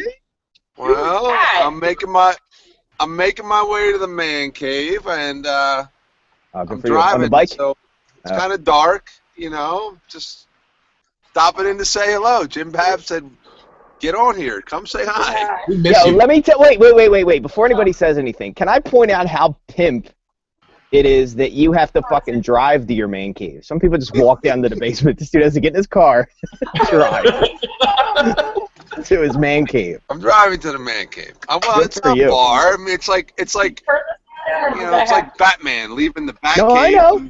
I know. Can you turn the sound down? You turn your phone. Is that better? Oh, okay. There you go. I was like, I gotta go fix that. Full screen. Okay, my parents want to say hi. Can we take a second and say hi to my parents? Absolutely. Hi, Okay, Ruby's parents. so I don't know. Where is Chris? He's going to be here on Saturday. So this is my mom and my dad. Jan, Tom. He left, there but he came back. There he is. Hi, Mr. and Mrs. Ruby. Hello. A little bit of bullshit tonight. Drop in, say hello. Hey, Chris, this is my parents. We'll meet them on Saturday. Janice and Tom. We'll be here. We'll be there. Thank you. A reasonable job with we fed my dad Hop Stupid tonight. Oh, Hop Stupid. Dad, Hop Stupid. We love Hop Stupid. Right? We love Hop Stupid. Hop Stupid is highly rated. Now, Nick, was that your father-in-law test to see can I bear to be in this family? Let's give Dad the Hop Stupid and see if I can join this family. No. No. You can still join with either way. My dad says he failed it, if that's the case. Well, listen, he's giving the typical dad look. You know, he's got kind of a smile on his face. He's looking away. He's not really he kind of likes him, but he's he's doing the dad thing. I have a daughter who's going to be 12 in about a week. So yeah, I get it. She's got a crush on somebody. It's driving me crazy. He said two things that were awesome about Hop Stupid. One of them was, I don't think it's done. Interesting. Perhaps it should be aged. Is that what you're saying? Yeah, it needs to go in the cellar. And the other one was, yeah, you don't stellar Hop Stupid. Maybe you could. You sell her the Hop Stupid. The hops are just gonna go away. Well, you know what? I don't know about that. I have a friend that swears by aging IPAs. It goes against my conventional wisdom. But it's also whipped out IPAs that are like a year or two old, and we've drank them and they were good. There is a lot of sugar in a Hop Stupid that hasn't been converted to alcohol yet. Okay, so when he says it's not done, what he's saying is there could be more alcohol, and he may have a point. You know, I think it's legitimate. But Jim, Hop Stupid's like 9% alcohol at 104 IBUs. But maybe it could be. It could be better. No, come on. What was the other thing, Nick, that he said? Oh, he was allergic to it. He said that he was allergic to it, that he thought he might be allergic to it. I love my dad. Now, my father-in-law is known for having impeccable taste in red wine, okay? Whereas, so we don't share a like of beer.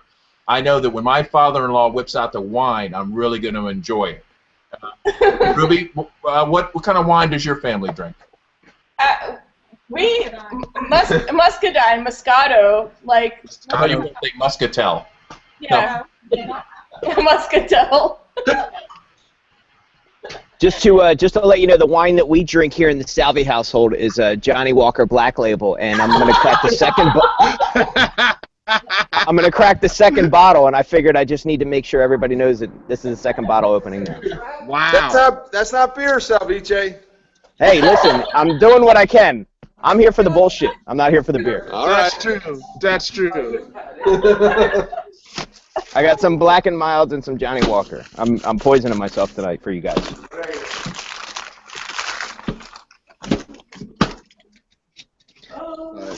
What's up with you, Peppy? You're not still smoking these things, are you? No, I got Cubans. Good for you. I got some Cubans and I got some 6-point high res. Holy crap! Look at you, man. I'd be on your beer and golf show. I didn't even watch golf to be a part of that. Excellent. 6-point high res. That's one of my new favorites. Now, did you get that at Whole Foods, or where did you score that?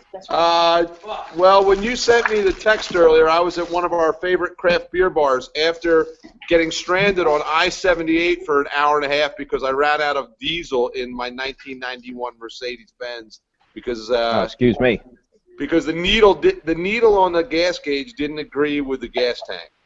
That's my story, and I'm sticking to it. You could have called me. I could have. Sure, Pepe. Next time, call me. I could bring a can of diesel and beer reinforcements in one rescue mission. Well, actually, a helper did show up with. Stop drinking the whiskey. Yeah, a helper did show up with 10 gallons of diesel and a case of beer just in case. So. Okay. Hey guys. No, I haven't. Yes. I haven't seen my Pepes in a while. I miss Rob and Eileen. I appreciate that. I do too. Hey, and congratulations to you two on your impending nuptials. This Saturday, it's like coming up really fast. That's good stuff. That's a few days from now. And Jim Bab, the glasses are awesome. We haven't actually used them yet. We were going to use them tonight, but then we figured we weren't drinking that much beer, and we should probably wait. So they're still in the box up there, but they're still going to be used. And thank you so much for that. They're awesome. I've been wanting those for weeks. I knew you'd put them to good use.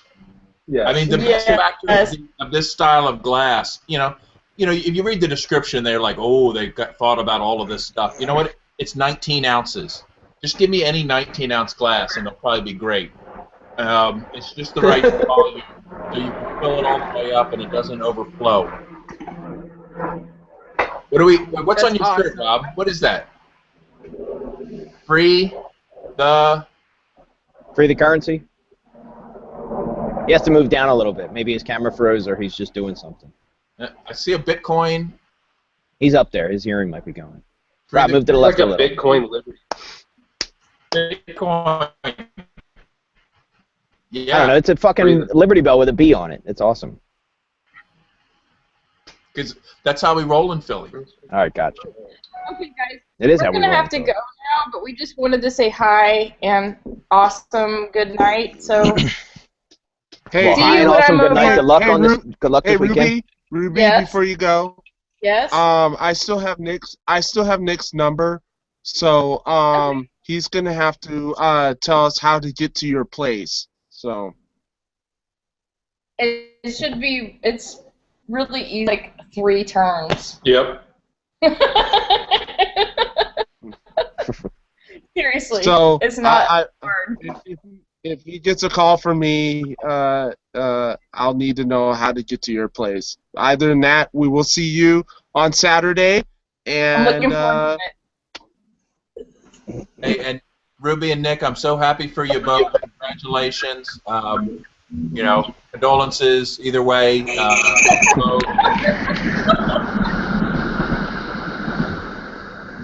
Wish I could be there to toast you guys. So I'll toast you right now, Mr. and Mrs. Garnett.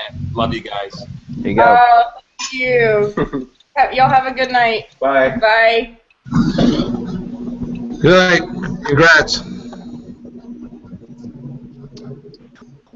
So you got people playing pool in the background? Look at you, Rob. All right. I'm getting set up. Sorry. I came in on the iPhone. I'm going to the laptop. I'm going to shoot the shit for a little bit, say hello, and listen, I'm phasing out the iPhone. I got a fucking Galaxy 5. Let me tell you, this is the. How is it? Awesome. That's what I'm using on the call right now. You got the fingerprint recognition, facial recognition. That's on there. You're like all on there, baby. The big brother. I'm a little brother to the big brother. This thing is awesome. It records in 4x 1080 HD. Looks awesome. But I now the fingerprint scanner, you can turn off, and who cares? You don't have to have on. You can't turn it off. Listen, they got my fucking fingerprints, man. I've been arrested before a couple times. They know who I am. You hear these helicopters flying over my house all the time. They got my DNA sample at this point. Okay, like there's nothing I'm gonna hide. One of my favorite things about DNA was what the hell? I think Larkin said something about being on probation or whatever, and he said as much as he'd like to donate his fucking urine in a different way, just fucking piss on every building. Well, that was funny. Ed Fortune was on the cutting edge of this because in New Jersey he came up with this DNA requirement like after he had been convicted years ago. And he got this like memo that said, "Hi, you need to show up to give a DNA sample." Okay, and he said, "Look, if you want my DNA, you may kiss my ass and then take the DNA off of your own lips." Okay, and he put it out as a press release. Okay. Yep. That's balls. That's a guy that's fucking sticking it to the man. No question about it. Ed Portion, I want, we need to send our well wishes out to him. He just recovered from surgery in California. And the tumors are breaking his fucking leg. Yeah. He drives cross country. He's unloading his van in New Jersey, and he fractures the bone near where they repaired it. He's back in the hospital, serious pain. Now they have to put extra splints and screws, and the guy is in some serious physical trouble, and he could really use some positive vibes. So and a cookie or two. So if you go visit him in the hospital, yeah, hook him up. But don't take any guns because he's against guns. Careful. Guy doesn't like guns. Careful. We're still working on that issue with him, but you know what? I cut him some slack. Well, that's interesting. I had a conversation with a good friend of mine I grew up with today about. You got to worship the state in some form or fashion when you're fighting them, I guess, right? Well, well, here's the thing: is I don't see him actively fighting against guns. And I had a conversation with a guy I grew up with today, very conservative. He is all for everybody's right to have whatever you need to defend yourself, but he just doesn't like guns. And I said, you know what? To be honest with you, I don't like them either.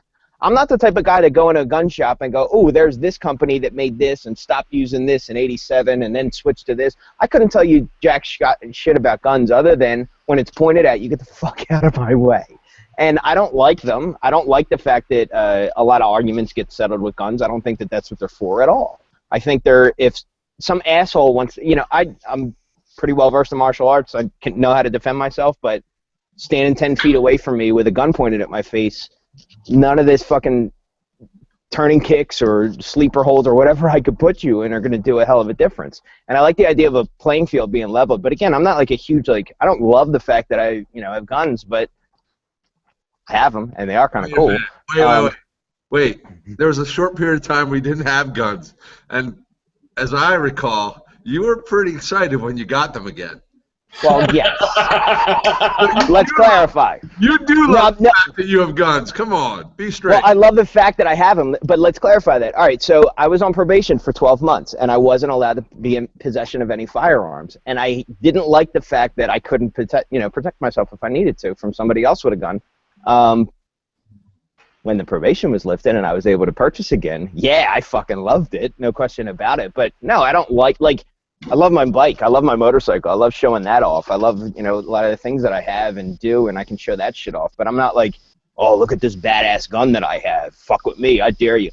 You know what? Like them or not, I can't stand these videos where, other than FPS Russia, these guys that film themselves shooting their guns and put it on YouTube, I think they're the corniest fucking videos ever. I love Mark Kessler, but that video that those videos that he made where he's shooting off his rounds, it's awesome. You have a cool gun. Good for you. In a fucking YouTube video. Big deal. Hey, again, I'm not huge fans of them, but I got them. What do you guys think about those two guys that went into that restaurant with battle rifles? Chipotle. What was the? They sound like assholes already. It was like a Chipotle, a high-end fast food. I didn't read the article. I saw the picture. That was all I needed to see. When I saw just to open carry? I don't know what they were trying to prove at that point. You know what? When I saw the picture of those dudes, I said to myself, you know what? I'm not sure I'd want them in my home either. Okay, honestly, that's not Yeah, but I'm not gonna call the fucking cops on them either. No, as soon as they take those guns off their back, and put them in their hands, that's a different fucking story. But if you want to walk around with a tank, go for it. Hey, can I have the burrito supreme? And is there somewhere I can put my RPG, please? Yeah. I need to clean this. Do you have a gun cleaning station? You got a baby?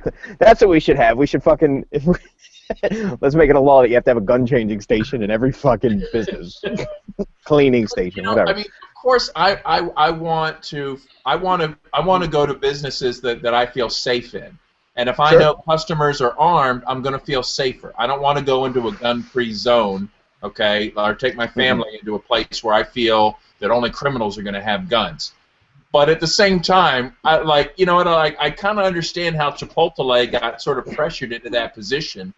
And I think I want to point out that what those guys did, that maybe I don't know what point they were trying to make, but it really didn't work out. Hey, you know what the bottom line is? I don't really care. I never went to Chipotle it really doesn't matter to me either way. Because whatever they do or don't do, the bottom line is, if I want to go to Chipotle with a pistol in my pocket, one on my hip, I'm going in. If I'm getting a burrito at Chipotle, it's not going to stop me. You think about it. Am I going to be like, no, I'm not going? I'm going. And that's a big if. Salvi, was that your spaceship? Yeah, it's a train that goes by my house all the time. Sorry. Yeah, I listen. You want to open carry, you want to do whatever. Personally, I support everybody's right to open carry. Personally, I don't like open carrying because you can see where my gun is, and I just don't. If you're gonna see my gun, it's gonna be either the last thing you see at that moment or ever. You're either gonna run or you're gonna, God forbid. Well, I'm not an open carry guy. I like to keep. I like the idea of a visual deterrent that says, you know what, maybe I'm not even going to test that guy to find out what his defenses are. I'm just going to go find somebody else to mess with. I would love to believe that we live in a world like that, but there's fucking sharks everywhere that just want to test you. That's the theory with open carrying. Isn't that the theory with open carrying? It's a visual deterrent. It's like there was a video going around last week. A guy, I want to say he's somewhere in Michigan. He's carrying a rifle, even without a sling, walking his daughter to the bus and picking her up from the bus every day. And they did a little local news piece on it. Did you see that? I did. Yeah, I saw that. Yeah. So okay, in his mind, and probably rightly so, kid. Yeah. It's a deterrent. Like, you're not going to go up and try and hassle that guy. I mean, it actually attracted people that went up and hassled him. All right. Not to mention if it's his verbally. You're going to hassle him verbally, but I don't think you're not going to challenge him physically at that point. No, they physically challenged him. They went up and stole his gun and kept it for several days. The police did. I'm not talking about those guys. I'm talking about everybody else. I'm talking about the other criminals. Right, how about this? I'm talking about the most dangerous threat.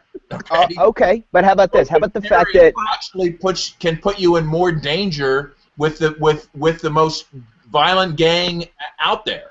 Well, that's why you have to move someplace where the gang is almost non-existent. There are places in the world where the gang is almost non-existent. Well, this summer I'll be at Moosehead Lake in Maine. Okay. Yeah, well, for the people that can't do that, for the people that can't pick up and move, listen. Look at the seed that guy's planting. Did you say it was his daughter? Well, even if let's say if it was. All the other little boys on that fucking bus, when that little girl gets on, are going to remember when they get to 10th grade, that was the I'm staying away from her because her dad used to fucking walk to the bus with an AR-15. Hey, does your dad still have that rifle? Yeah, then I can't go to the prom with you. I saw that video, and I felt immediate sympathy for the dad. I didn't really feel like the dad was doing anything that was provocative or threatening in any way. It seemed like he was in a nasty neighborhood and was willing to take some, present a visible deterrent against crime, to take his daughter to and from the government school bus where she could go, be handed over to the state where they could brainwash her into killing for the state later. But they asked him, how long are you going to continue to do this? And he says, as long as I live in the Heights. Or wherever the neighborhood was. I think that's the comment that he made. So now you got to ask yourself a serious question. If your lifestyle is so dire that you have to carry a battle rifle twice a day, it's time to move, dog. that was my point. That's what I said, and you made the comment that not everybody can up and move. Well, sell your rifle and rent a U-Haul. Get the hell out of Dodge. It should be a clue. Like, maybe that's not the best neighborhood, okay? Like, maybe you don't even need to be there. Maybe your kids shouldn't even been going to that school. Wait. Speaking of not the best neighborhood, Salvi, you were, at the Pentagon this weekend. Yeah, that is not the best neighborhood. No, it's not. I just want to know, how did you survive that experience, that encounter? I know there's a lot of emotion, a big build-up, the ride, preparing, the ride down, the time there. But you were surrounded by people that worship the state. Most of them, yeah. Not all of them. How much Dramamine did you need to keep from barfing? A lot. A lot. I took a lot of walks in the woods, put it that way. There's woods by the Pentagon? Well, there's a river. I walked up. Yeah, so check this out. So I walk up. I'm walking around the river, right? And I'm at. I guess it's the Potomac. And I see these three guys are fishing. These three Mexican guys. I walk up and I was like, "What's up, man?" I'm like, "You catching a lot of fish?" Ask them for their fishing. Like, I put my hands out like real big, and then I put my hands out real small. I'm like, "What are you guys catching? Little fish?" And they're all eating oranges. And I go, "What are you guys catching? Oranges?" And they all start laughing. And I go, "Listen, how long you been out here for?" They go, "Well, we'll probably be another 5 minutes." I said, No. You been out here all day?" They go, "Yeah." I said, "A lot of cops around here?" They go, "No." Like driving? I said, "No, walking, like by here." And he's like, "No, I haven't seen any cops walking around." And all of a sudden he looks down at my hand and he goes, "Oh, all right. No, yeah, you're good." I walked around and that was my drama with me. How was it around there? Listen, it was hard riding through the actual, like, the parades. Like, we left from, there was 1 million bikes at least.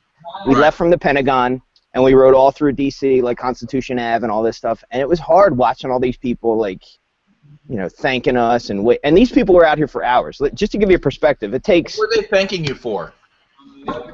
Service and whatever. And people were like, "Oh, thank you so much." And what's that? Did they think you were a paid killer for the state? I think so. Or at least just being out there to like, the whole point of the thing, and we talked about this earlier, but the whole point of the event was, it's a protest. Now it's a 27-year protest, but it's a protest for the prisoners of war and guys missing in action that the government just left and did nothing about. You know, before we even get into the efficacy of that, that's what the point was. But seeing all these people, like, waving to us and thanking us for remembering all these troops who died for our freedom, it was really weird. Let me tell you this. I went to the Arlington Cemetery. If you've never been there, Robert E. Lee had this, he had his house. It was at the Arlington Center, right? And, hang on, my daughter's saying goodnight. I love you, baby. At the top of the Arlington Center is the Arlington Cemetery is the Arlington House, and that's where Robert E. Lee lived. At the end of the war, what the North did was they put all the graves at the bottom of his. Like, the view is amazing. If you've never been there, the view is just beautiful. You can see everywhere. Well, at the bottom of his view, they put just graves as far as you can see, and apparently he never came back after they finished the cemetery. He just walked out one day and was like, "Fuck this," and he left. But that hurt. I mean, like, when you walk through the graves, I can say all I can say about, like, military being pawns and all that stuff, but when you see, like, you know, John Smith and his wife Anna, like, down here, and, you know, when they were alive and when they died, and it really puts a lot of, you know, puts a personal touch to it. Keeping in mind that maybe not everybody signed up to become a contract killer, but they signed up for whatever they believed in at the time, and this is where they ended up. Or they were it's fucking humbling, man. It's weird to see. Or they were drafted, you know, conscription. Or they were drafted, right. But it's a moving experience walking through there. I went through there, my 9th grade class trip. Now I'm going to be 50 this year, so that was a long time ago. And, yeah, shut your mouth. And, I didn't say anything, just because the question. And I saw a lot of vandalism in Arlington National Cemetery. Now, I also went there as a child because I lived outside of Washington, D.C. for a few years growing up. But I saw a lot of vandalism there, and it was pretty tough to see that, knowing what the cemetery stands for, and the fact that the bottom line is that these people sacrificed their lives, as you were saying. They believed that they were fighting for freedom. They believed that. And that's what these other people believe, that they fought for their freedom. So that's where the state worship comes. Bottom line is, yes, it is state worship, because it's just blind, like, whatever they tell us, sure, then they were doing the right thing. But, you know, maybe it's Charles Strange worshiping his son who died in this fight. Or it's, you know, Jack Joe, whatever the fuck. Like, you know, there's a lot of heartache there. There's a lot of heartache. Now, is part of the premise of the Rolling Thunder, it's really calling attention to the POWs, MIA. That's it. That bottom line. Matter of fact, they talked about That's a noble cause. I just read an article about this week. There was an article going around that documents and details the government cover-up and the neglect and the abuse and the actual, like, the destruction of evidence regarding the POWs, MIA in Vietnam and Laos, and it was heart-wrenching. Heart-wrenching. It is. It is. And when you talk to these people that are there, and you know, it's easy to just laugh at the woman who's like standing there like crying as you drive by, but fucking pull over and ask her why she's crying. You know, and maybe you know, like Josie was talking about earlier on the show, you can take that type of a laid-back approach where you ask questions and, you know, you don't come across confrontational. The more questions you ask, people do kind of walk themselves into a corner where they can't get out of it, and they go, yeah, you know what, this was nothing but, like, paid mercenaries, you know, state violence, however you want to word it. And that's what it turns into, and that's what it becomes. So, but at the same time, I mean, you know, you have to, I would love the world to wake up tomorrow. They're not going to. This is like a giant runaway train that's impossible to stop, so you got to slow it down and do whatever. That doesn't necessarily mean vote the right people in office, but it, you know, in your personal approach and in your personal life, I mean, for all these people that get furious at the state, and it's very easy to do, you know, you got to ask yourself what you're doing in your personal life. How prepared are you if the electricity cuts out? And if you're like, you know, there's this, what's missing in our society is like, you know, these people look up to fucking Kanye West and like Justin Bieber and like these people that have nothing going for them. You know, if these people stopped selling records, they'd have nothing. And there's countless fucking artists that have nothing anymore. You know, one of my favorite shows in the 90s was Behind the Music. You're like, damn, Vince Neil's fucked up dude. You know, you watch all these crazy things and how these people get screwed over. That's all they have, though. When they're the people that are set up on this pedestal to worship and to emulate, that's fucking sad. So I love the fact that there's guys like, you know, look, I've learned so much about life from Rob and Jim, and they're two of my best friends. Fernando Salguero is another one. You know, there's a person who, if the whole like system shut down, he wouldn't even bat an eye. He'd go, okay, this is what we have to do. And that type of an attitude is, I think, what most people need to have. And if you're nowhere near that, get there. There's another train. Hold on. If you're nowhere near that, get there. And then when you get there, then you can go advocate voluntarism and you know, what it means to live a life where you don't need the state. You don't need anybody to tell you what to do, and you're doing okay. And then people will take you more seriously. Imagine if you're trying to lead a bunch of people and you have nothing behind you for them to lead you. You just have a great fucking plan. Everybody's got a great fucking plan. Everybody has the next great event where they're going to bring everybody together. I'm still waiting. I've tried it, and, you know, we did okay, but at the, you know, we're still just kind of moving on. I respect the hell out of Rob for the life that he lives. I cannot talk to Rob for months, pick up right where I left off, because I know the type of life he's living, and still want to emulate a guy like that. Those people are out there. You got to just find them. You know, it doesn't mean like become like a Stefan Molyneux worshiper and like, oh, what does Stefan think of this? So maybe that's how I should think, or what does Ron Paul think about this? This is how I should think now. No, take everybody's philosophy and attitude and idea with a grain of salt and inject it into your life, and then life's going to be awesome. It really is. It doesn't have to suck. But that's the attitude, Michael. That's it right there. It's like, where do you want to go, and how are you going to get there? Where do you want to go in life, and how are you going to get there? And you got a lot of people that you're going to bring with you. You know, those that are the closest to you, you know, I like to refer to as the ladies and the little ones in your backpack. And from there, anybody else that wants to hop on. Anybody else who wants to go on the camping trip with you, right? Absolutely. And if your life is that awesome, hey, Christine. If your life is that awesome, people will want to follow you. And if you're struggling to get people to follow you and adapt to your philosophy or whatever, maybe you're not maybe you're not giving people a great example. Shut up for a few months and go live it. Go become awesome. Go give people a reason to like you, and come back full force. I like the way you think, Mike. Well, thank you. How you doing? Hey, I'm doing Glad well. to see you. It's nice to see you guys. Nice to see you too. I have to step in at the 10:30 hour. Oh yeah, wow. We've been on this for 2 hours. I haven't even noticed. It's my friends. We could do this. We should do this every fucking night. It's a different crew this week, which is cool. You missed Josie. Her battery died. Oh, I missed Josie. Okay. And Nick and Ruby dropped in. temporarily. Yep, they're busy getting ready to get married. On Saturday. Still made time for us. Let's see if Christina is with us. Rob's with us. How cool is this? Chris is here. He's just kind of hanging out, listening to us talk to each other. As this is the Beer and Bullshit show, this is the next one that we're going with here. Ooh. Blue Point. No apologies. No apologies. It's a 10%er, and this is pretty old. It's been chilled for over a year, but it's borderline barley wine right now. Yeah, I would imagine. Yeah. So we'll see. No apologies, though. No. I don't think there's any question that if there's ever an apocalypse, I'm going to Pepe's house. I might not. He might not let you in. Listen, I might not be here, but Jim, there will be plenty of cold beer left behind for you. Oh, and firewood. Only you and I will know the password to that vault. Yeah, there will be cold beer and firewood and good bleeping luck with it, all right? Because I'm going to be somewhere where you don't need firewood.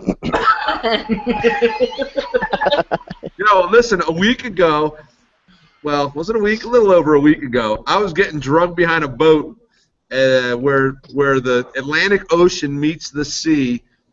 I was getting drunk behind the boat on a 20-foot nylon rope with a mask and snorkel on, looking for conch shells and diving for conch and, eating sea snails. You know what I mean? Like, that's a better life.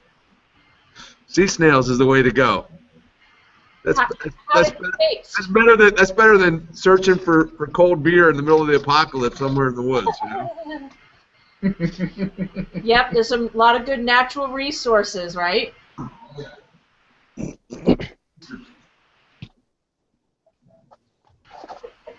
That's right. What's going on, Chris? Mike Danker's trying to get in on this call, and I think that if he can get through, he'd be a great addition to this call. Mike's a hell of a dude. That guy's got some stories. Absolutely. I just asked him if he's on Google Plus, so we can. That's what I'm asking him too. He's just to let everybody that's watching know. He's texting all of us and he's saying, "How do I get on this?" So we're trying to work that out. That's why I keep looking down at my phone. Chris, I told him to hit you up on Facebook. Okay. His name's Mike Danker. Fine. So if you can find a way to get him in, listen. He's done fucking everything. He's been an EMT, an MP. You name it. He's just like this guy that you just have to shut up and listen to. I just saw deer. Yes. Mike. No. Mike, are you out in the woods? What's behind you? Don't worry about it. Is that a train? No, it's a fucking deer. No, that's Jake. Come here, Jake. No, I saw. It's his dog. No. Come here, puppy. Hey, do me a favor. That's your baby. Go. Drop the ball. Come here. Get up here. Come here. Come on up on Uncle. How's your puppy? Come on. Come on. This Drew saw. He does. Deer. Here he is. Here's the baby. Here's the baby. He's almost 4 years old, and he's like, here's the problem with my dog. My dog still thinks he's a baby, and he's in this giant body. That thing you got nice headgear. What the fuck are you wearing? Whoa. What was that?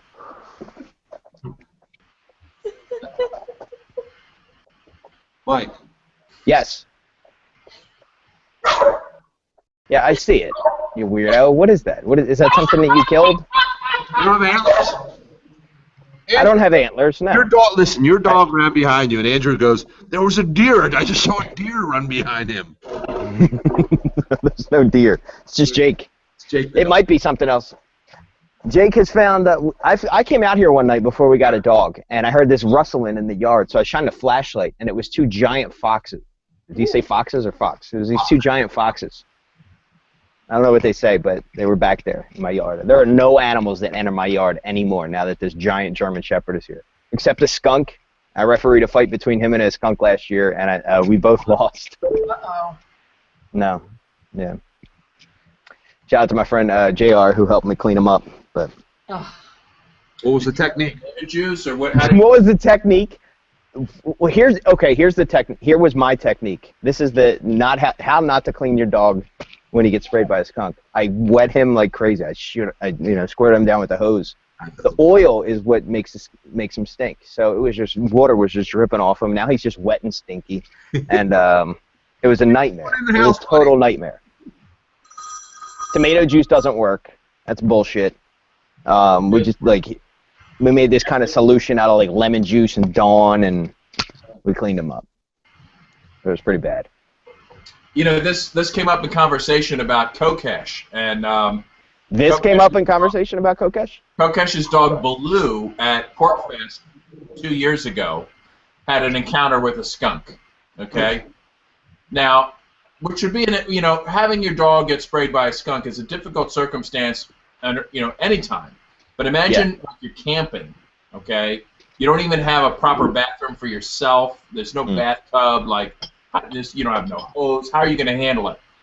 Kokesh handled it. You know what he did? He just ignored it, and he took his dog into a fence in the main pavilion and just pretended like he never got sprayed.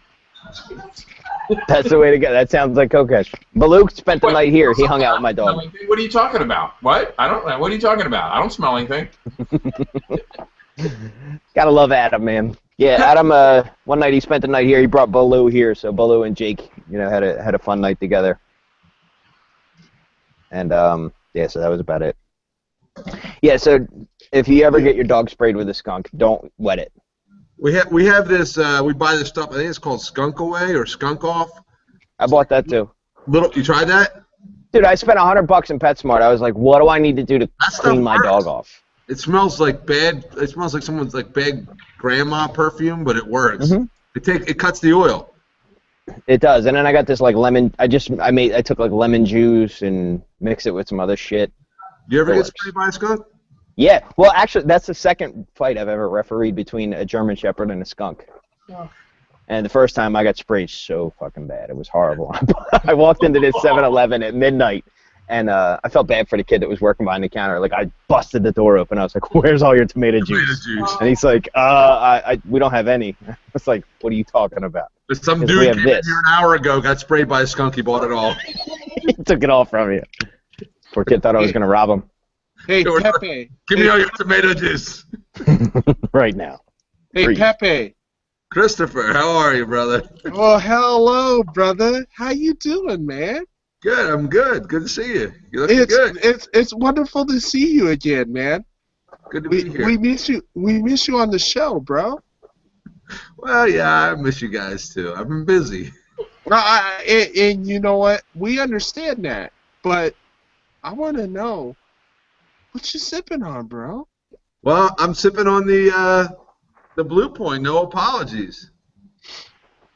We just did a high res. I just came from one of our favorite craft beer bars, and I had I need my phone to remember what this was. Something nugget, not nugget nectar, something nectar. I don't know. Good IPA.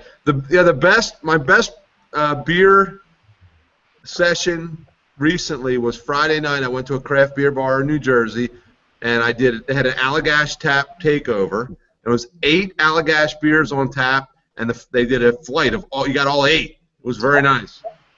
Very, very nice. And I'm not a huge fan of Allagash because most people, Allagash, they go, oh, Allagash white. That's what most bars have. Careful, Mike. And, yeah. Jim, are you an Allagash fan? Because, Allagash is the whole Belgian tradition, the triples and the Belgian strong ales. But I'm not a Belgian drinker. I think the yeast gives me like a extra bad hangover. I don't know. Well, it doesn't work on my palate, but this lineup of beers they had was just second to none. I mean, and the pièce de résistance was the Allagash Curio, and it's a French word like, I don't know, Curieux, I don't know, ends in X. Begins with a C, ends in X. And it's like a 10%er or 11%er, potent, Belgian, but just a beautiful, well-balanced beer, delicious. Good time. I have no idea what any of you are talking about. Like, if I was on Jeopardy and the fucking category was beer, I'd say Alex. I'm gonna go sit down for a little while. If you ask me what's Allagash, I'd be like, I don't know, it's some kind of rash. You gotta use some aloe on it. Allagash is when you encounter an alligator and it bites you. That cut is called an allagash. Yeah, it's an allagash when you get bit by a fucking alligator. It's the poison that comes out of their fangs. I got this allagash on my leg. I got bit by a gator. No idea. Rob. I have Johnny Walker label. That's it. Black label. We're entering Philly Beer Week now. Okay. I know. I'm abstaining, as you can tell. So I'm on the wagon. Are you serious? Yeah, I'm on the wagon. Cheers, brother. I think I want to make a T-shirt that says "On the Wagon," and it's like an old covered wagon, like horse-drawn, maybe a couple oxen, and some slumped-over dude at the reins. It just says "beer" right on the cloth cover, though. You know. I don't have the time to do the graphic. I don't have time to vectorize shit. You know what I'm saying? Chris, when you start the cannabis and bullshit show, I'll be on that shit every fucking day. Hey, when I move to Colorado, it'll be the weed, beer, and bullshit show. Yeah, one of the best combinations of weed I ever heard of was actually recommended to me by Jim Babb, which was Opiated Guns and Weed: The Road to Freedom, a film by Michael Dean. Oh, that was awesome. We went to the premiere you hosted. We did. We had a premiere. We even Skyped in Michael Dean. He looked like the Wizard of Oz because we had him up on this giant screen and he was talking to us. I like that idea. I like bringing shit together where you wouldn't think that Guns and Weed, The Road to Freedom, most people wouldn't ever put those words together in a sentence. Synonymous. It's awesome. It's synonymous. So yeah, start the Guns and Weed show and I'll be on that shit every fucking day. You know, it's a shame Garrett's not here because Garrett is now one of the guest hosts. Fuck Garrett. He's one of the guest hosts on. I don't care who he is. With Michael Dean and his weird friends, and Garrett is one of the weird friends now on the show. So yeah, well, you know what? Fuck Garrett Fox for not being on this show. I love Garrett. I'd do anything for that guy, but fuck him for not being on this show. I found out tonight. I messaged him earlier. I was like, "What I got to do to get on this show? Just use the Hangout." And he was like, "I'm not going to be on." I said, "This is bullshit." Precisely. Not that I don't like you, Chris, at all, but I Garrett's awesome. I love that dude. Follow Garrett Fox. Do whatever he does. He's a good guy. And Annie, we love Annie too. Shout out to Annie. Right, just because Garrett couldn't be on the show doesn't mean Annie couldn't be. I'm pissed at fuck both of them. How about that? What's up with Annie? How about that? You can listen. Take this whole show and just make a 10-second clip of me saying fuck Garrett Fox and Annie for not being on the show. Oh! Wow. Calling them both out. At least Nick and Ruby had the courtesy to drop in and pay their. They're getting married on Saturday. I don't want to hear their excuse the excuse coming from Garrett and Annie. I don't want to hear it. They're getting married too. You knew that, right? Yeah, I know, but not this Saturday. Wait, what's this Saturday? Ruby and Nick Barnett are getting married. So, all right. What else is going on this Saturday? Philly May 31st. I have to have all my real estate continuing education completed by Saturday. Otherwise, I can't sell real estate in the state of Pennsylvania. That's nice. It's not. No, you're going to do it. I will. I have to. Oh. Well, yeah, it's so ridiculous. Like, in all seriousness, all right, so listen, I'm a licensed real estate agent. That means that I'm allowed to help people buy and sell real estate in the state of Pennsylvania. Good. I do continuing education every 2 years. And listen, if someone's going to be in some type of profession, it's nice to know that they're at least, not necessarily mandated, but at least that they're taking some type of an education. I know, fuck me for having a license, but listen. So the continuing education that they make us take is like the most basic what your job is type of nonsense. Like, one of the things about real estate is, if you want to get a barber's license, I think you have to take like 2,000 hours worth of classes or like time in the chair or whatever. Real estate, you take 2 classes and that's it. You get your license and it's nothing. And they make us do this dinky ass. No way. You don't have to cut anybody's hair. I don't have to cut anybody's hair. But they make us take these bullshit classes that teach us nothing, that offer nothing to the market, that offer nothing to society to help us be better agents. None of that stuff. It's just like, here, your license is going to expire in 2 years. Pay us money. Assholes. What kind of food? Sounds like a driver's license or fishing license. It is. Sounds like a driver's license, fishing license, car registration, property tax. But if you live in the state of Pennsylvania and you want to buy and sell a house, I'm the guy to go with. No question about it. You know what? I'm not doubting that. It's true. Bitcoin. Well, you know what? There's a real estate agent here in Philly that takes Bitcoin, and I don't know how he does it. I guess he just transfers it over or whatever. His name's Mike Salvi. But can you trust him? Yeah, you can trust him. He has a money-back guarantee. That's nice. I don't know what that is, but he's... You could always just, like, submit a chargeback to your Bitcoin account. Yeah, good luck with that. Sure. Yeah, right. Yeah, I heard Bitcoin went up. It's over, like, It was 556 this morning. 400 and change last week. It's all good. It is all good.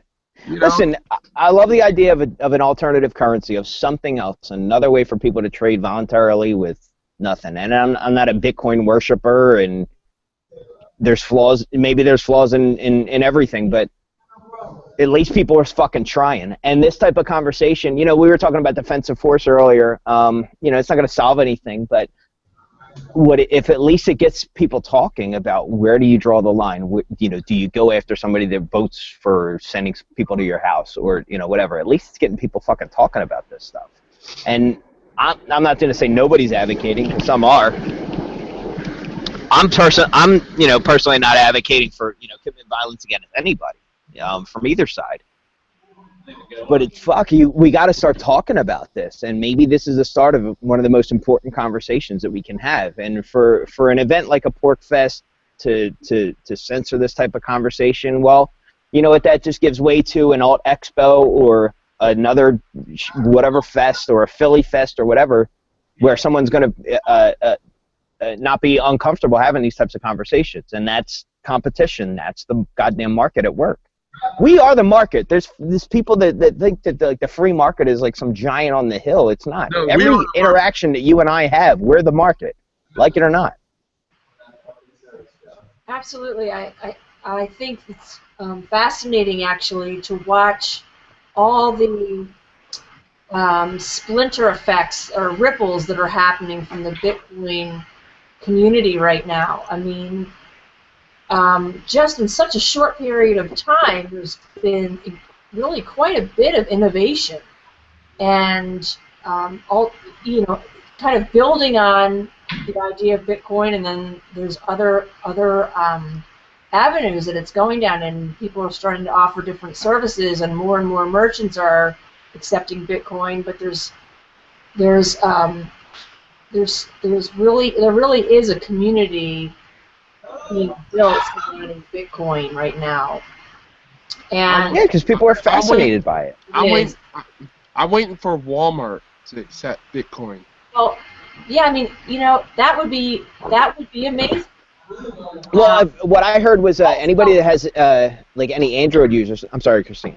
Anybody like Android users, there's a thing on there called the ISIS wallet, and apparently you can link your Bitcoin with that too. So maybe it's an extra step that you have to take, but at least you can, add your Bitcoin to this, and like all these different technologies are coming out, and these different ideas and all this innovation's popping out.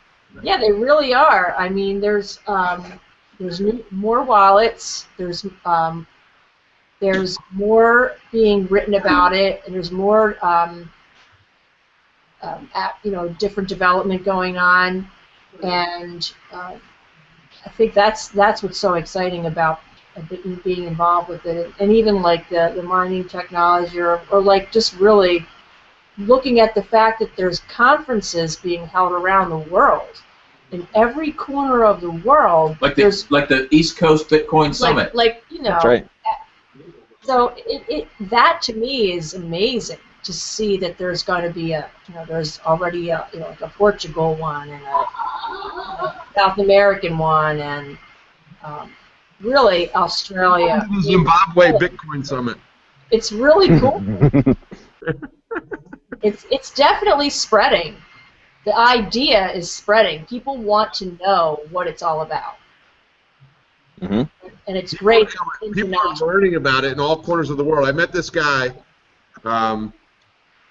when I was down in Mexico for a conference recently hosted by TDV, and there was a guy part of the younger set named Raphael, and he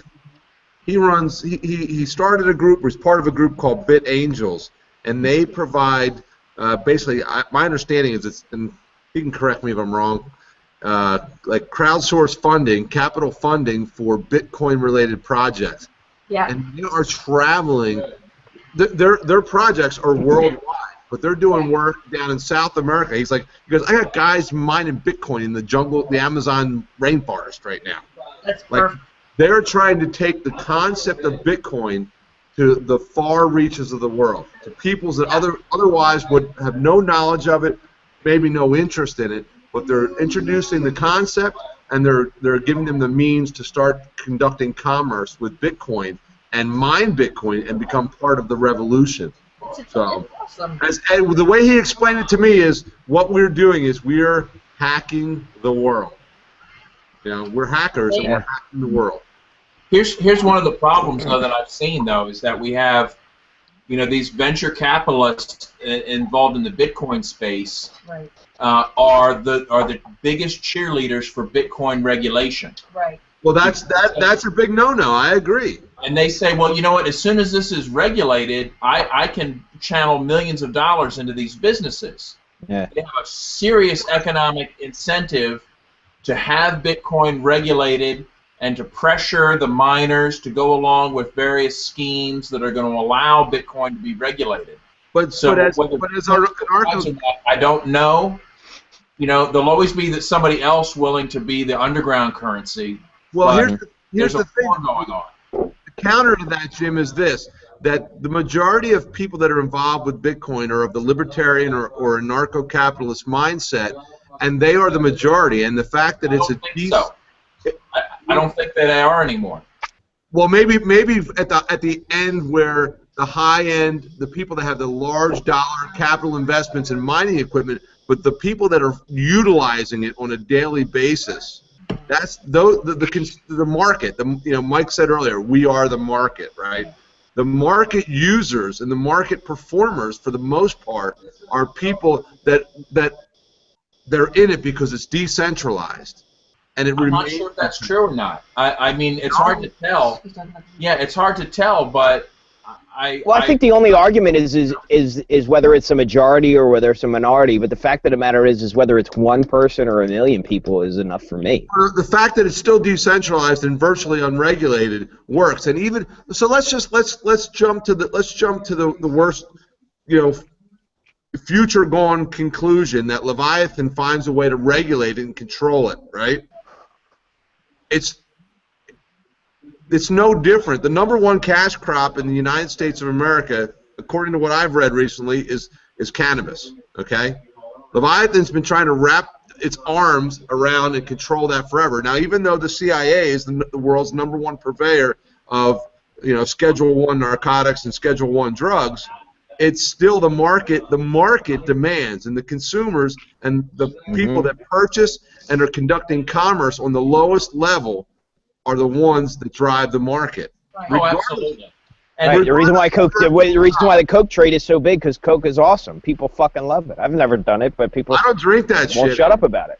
I stopped drinking that years ago. So.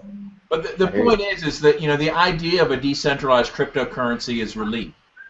Which way Bitcoin goes is really inconsequential. If it stays free, great. If it doesn't, well, you know what? I'll get some Coinye or some fucking Dogecoin.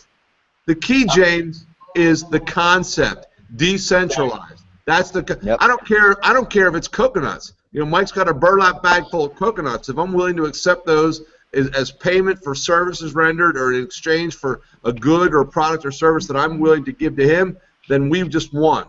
Well, what would you be willing to give Mike Salvi for a sack of nuts?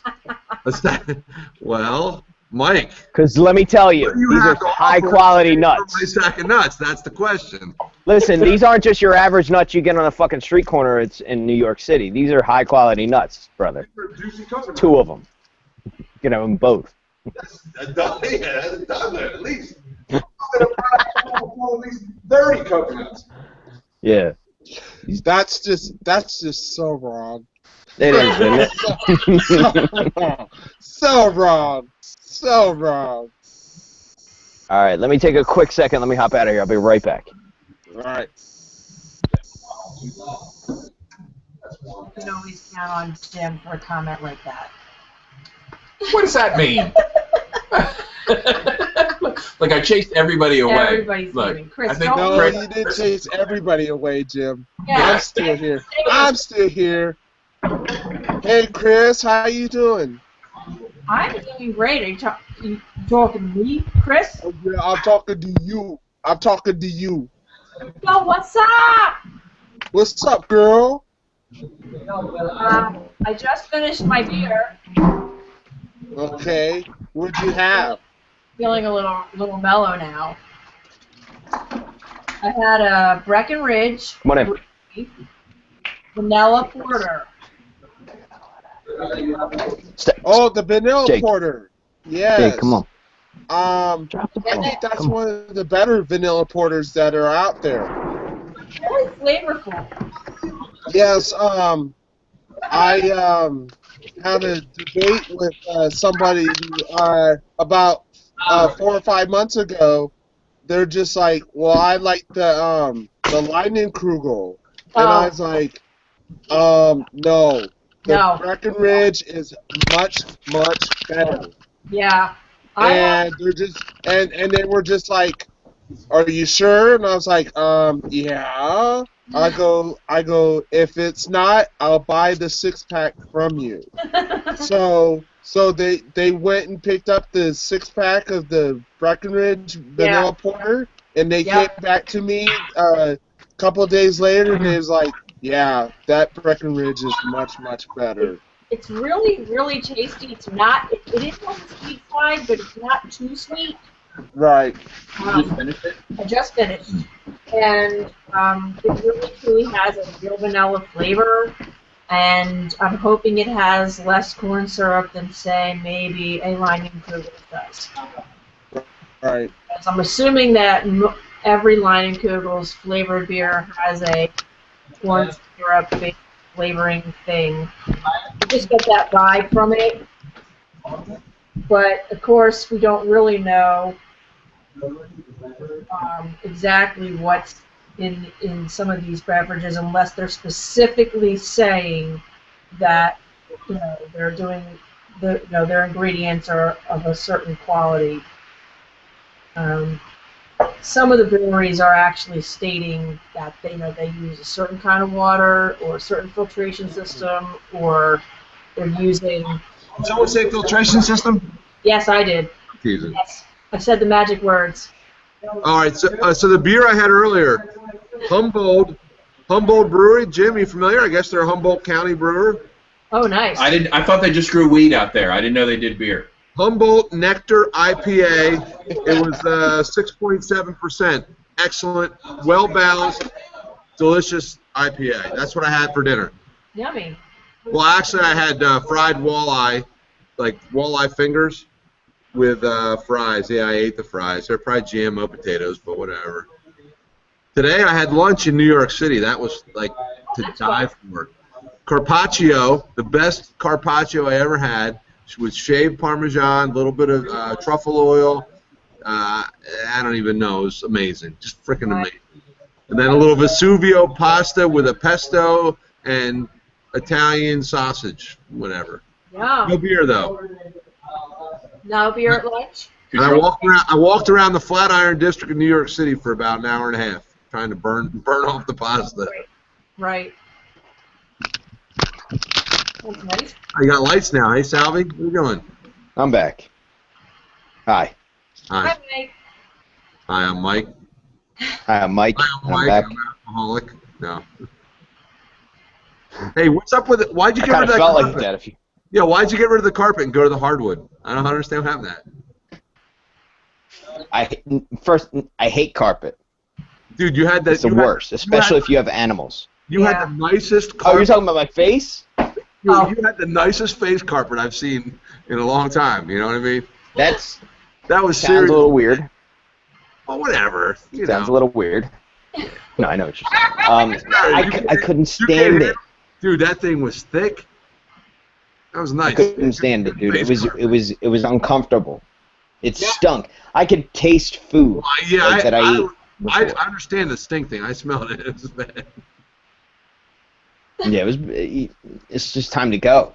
It was like I did. I grew my beard out for I don't know for a while, for a couple months, and it got pretty thick. Yeah, it was a while that I didn't shave it, and never again. No. It's just it was uncomfortable. It was weird. It like licking my lips. So like that's when it got kind of disgusting because I was like, oh yeah, that's right. I had bacon this morning. It's just. Wait, that was 2 days ago. Sorry. Yeah, I didn't have bacon today. I had bacon on Monday, and today's Friday. No, somebody else had bacon, and I just Yeah. Who the fuck ate bacon? I don't eat that shit. Yeah. My point was that was like a serious face carpet. That was. It was. You wore it well. It was. Thank you, I appreciate that, but I won't be wearing that well again. I keep it nice and close, and it's easier to deal with. And that's just one friend to another. There was nothing weird about that, you know. No, there's nothing weird about it, friend.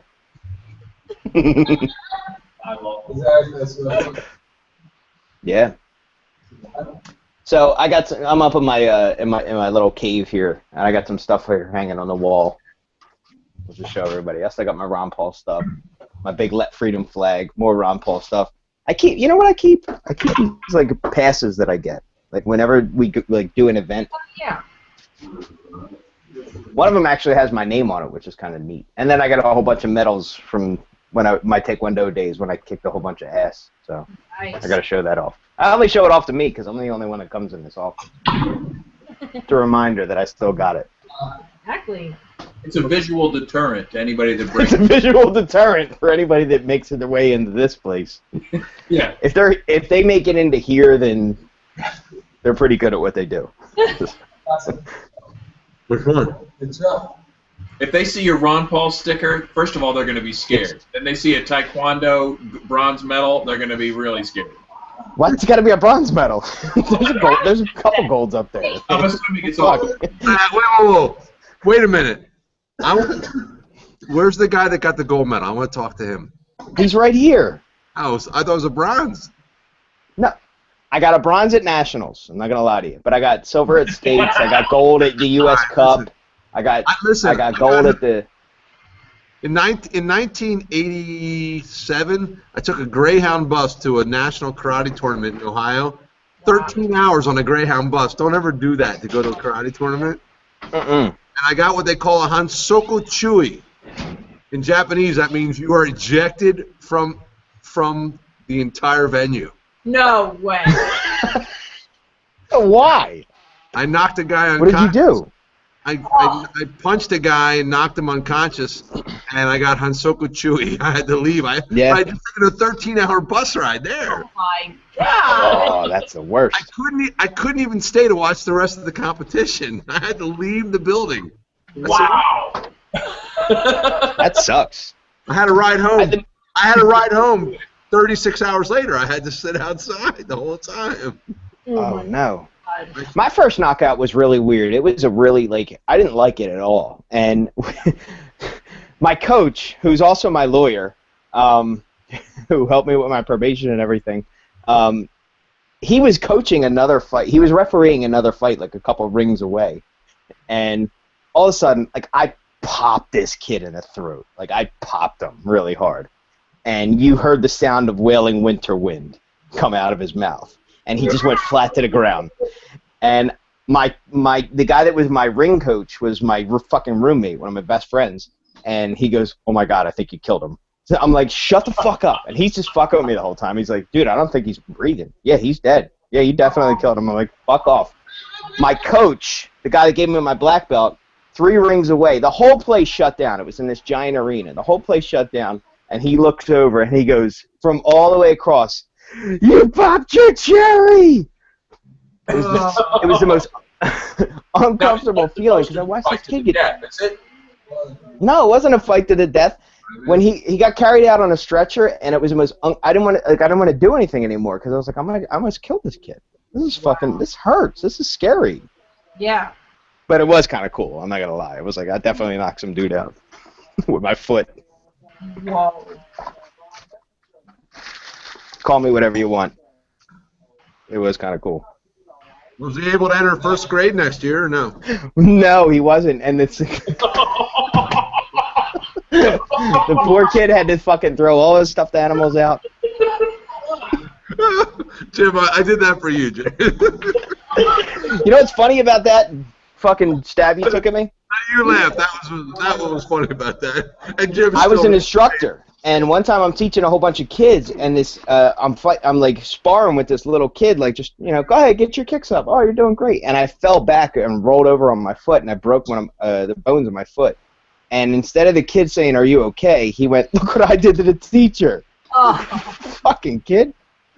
Little bastard. Little shit. You know, I had the same thing. I used to teach percussion lessons, and I got the same effect, yeah. You hit the kids with the drumsticks. What I did to the teacher. Clap the cymbals on both sides of his head. Fuck this guy. So, well, listen, kids, I gotta be up early. I want to say I'm gonna turn in. Michael? Yes? It's been a while since you and I have chatted. It's nice to see you. This is awesome, dude. Thank you, Chris. I've been watching your. I've been watching your antics. There's an arm wrestling match going on over here. Sorry. Okay. I've been watching your antics. Love you. Good to see you. I love you too, man. Appreciate everything that you are and everything that you do. Chris, man, this show's awesome. I love the way that the format is. It's really cool. Keep it up. I encourage anybody to watch the Beer and Bullshit show. This is fucking great. Yeah, listen, Jim. Christine, love you guys both. Haven't seen you in a while. Chris, it's finally get a chance to link up. Should have you on the Salvi's World show. Yeah, and anybody watching, check me out, MikeSalvi.com. If you like what you see, like us on Facebook and keep following. If you don't, fuck me, move on. Talk to somebody else. You know. So, all right, kids, I'm gonna check out tonight. I love it. Nice to see you. See you all. See you, brother. All right. All right. Good night. Thank you. Thank you. Thank you. No, thank you. No, thank you.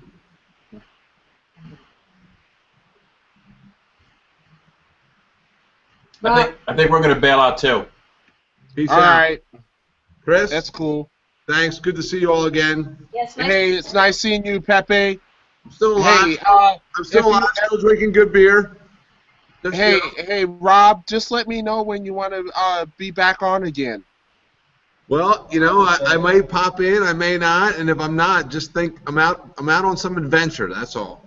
It's either date night or I'm out on an adventure. Hey, Pepe, if you're out on an adventure and you're discovering good beer, just send me a link.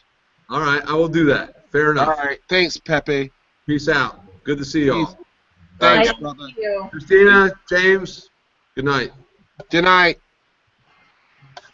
All right, we're out. Chris, thanks again. No problem. Buddy. No problem. See you next week.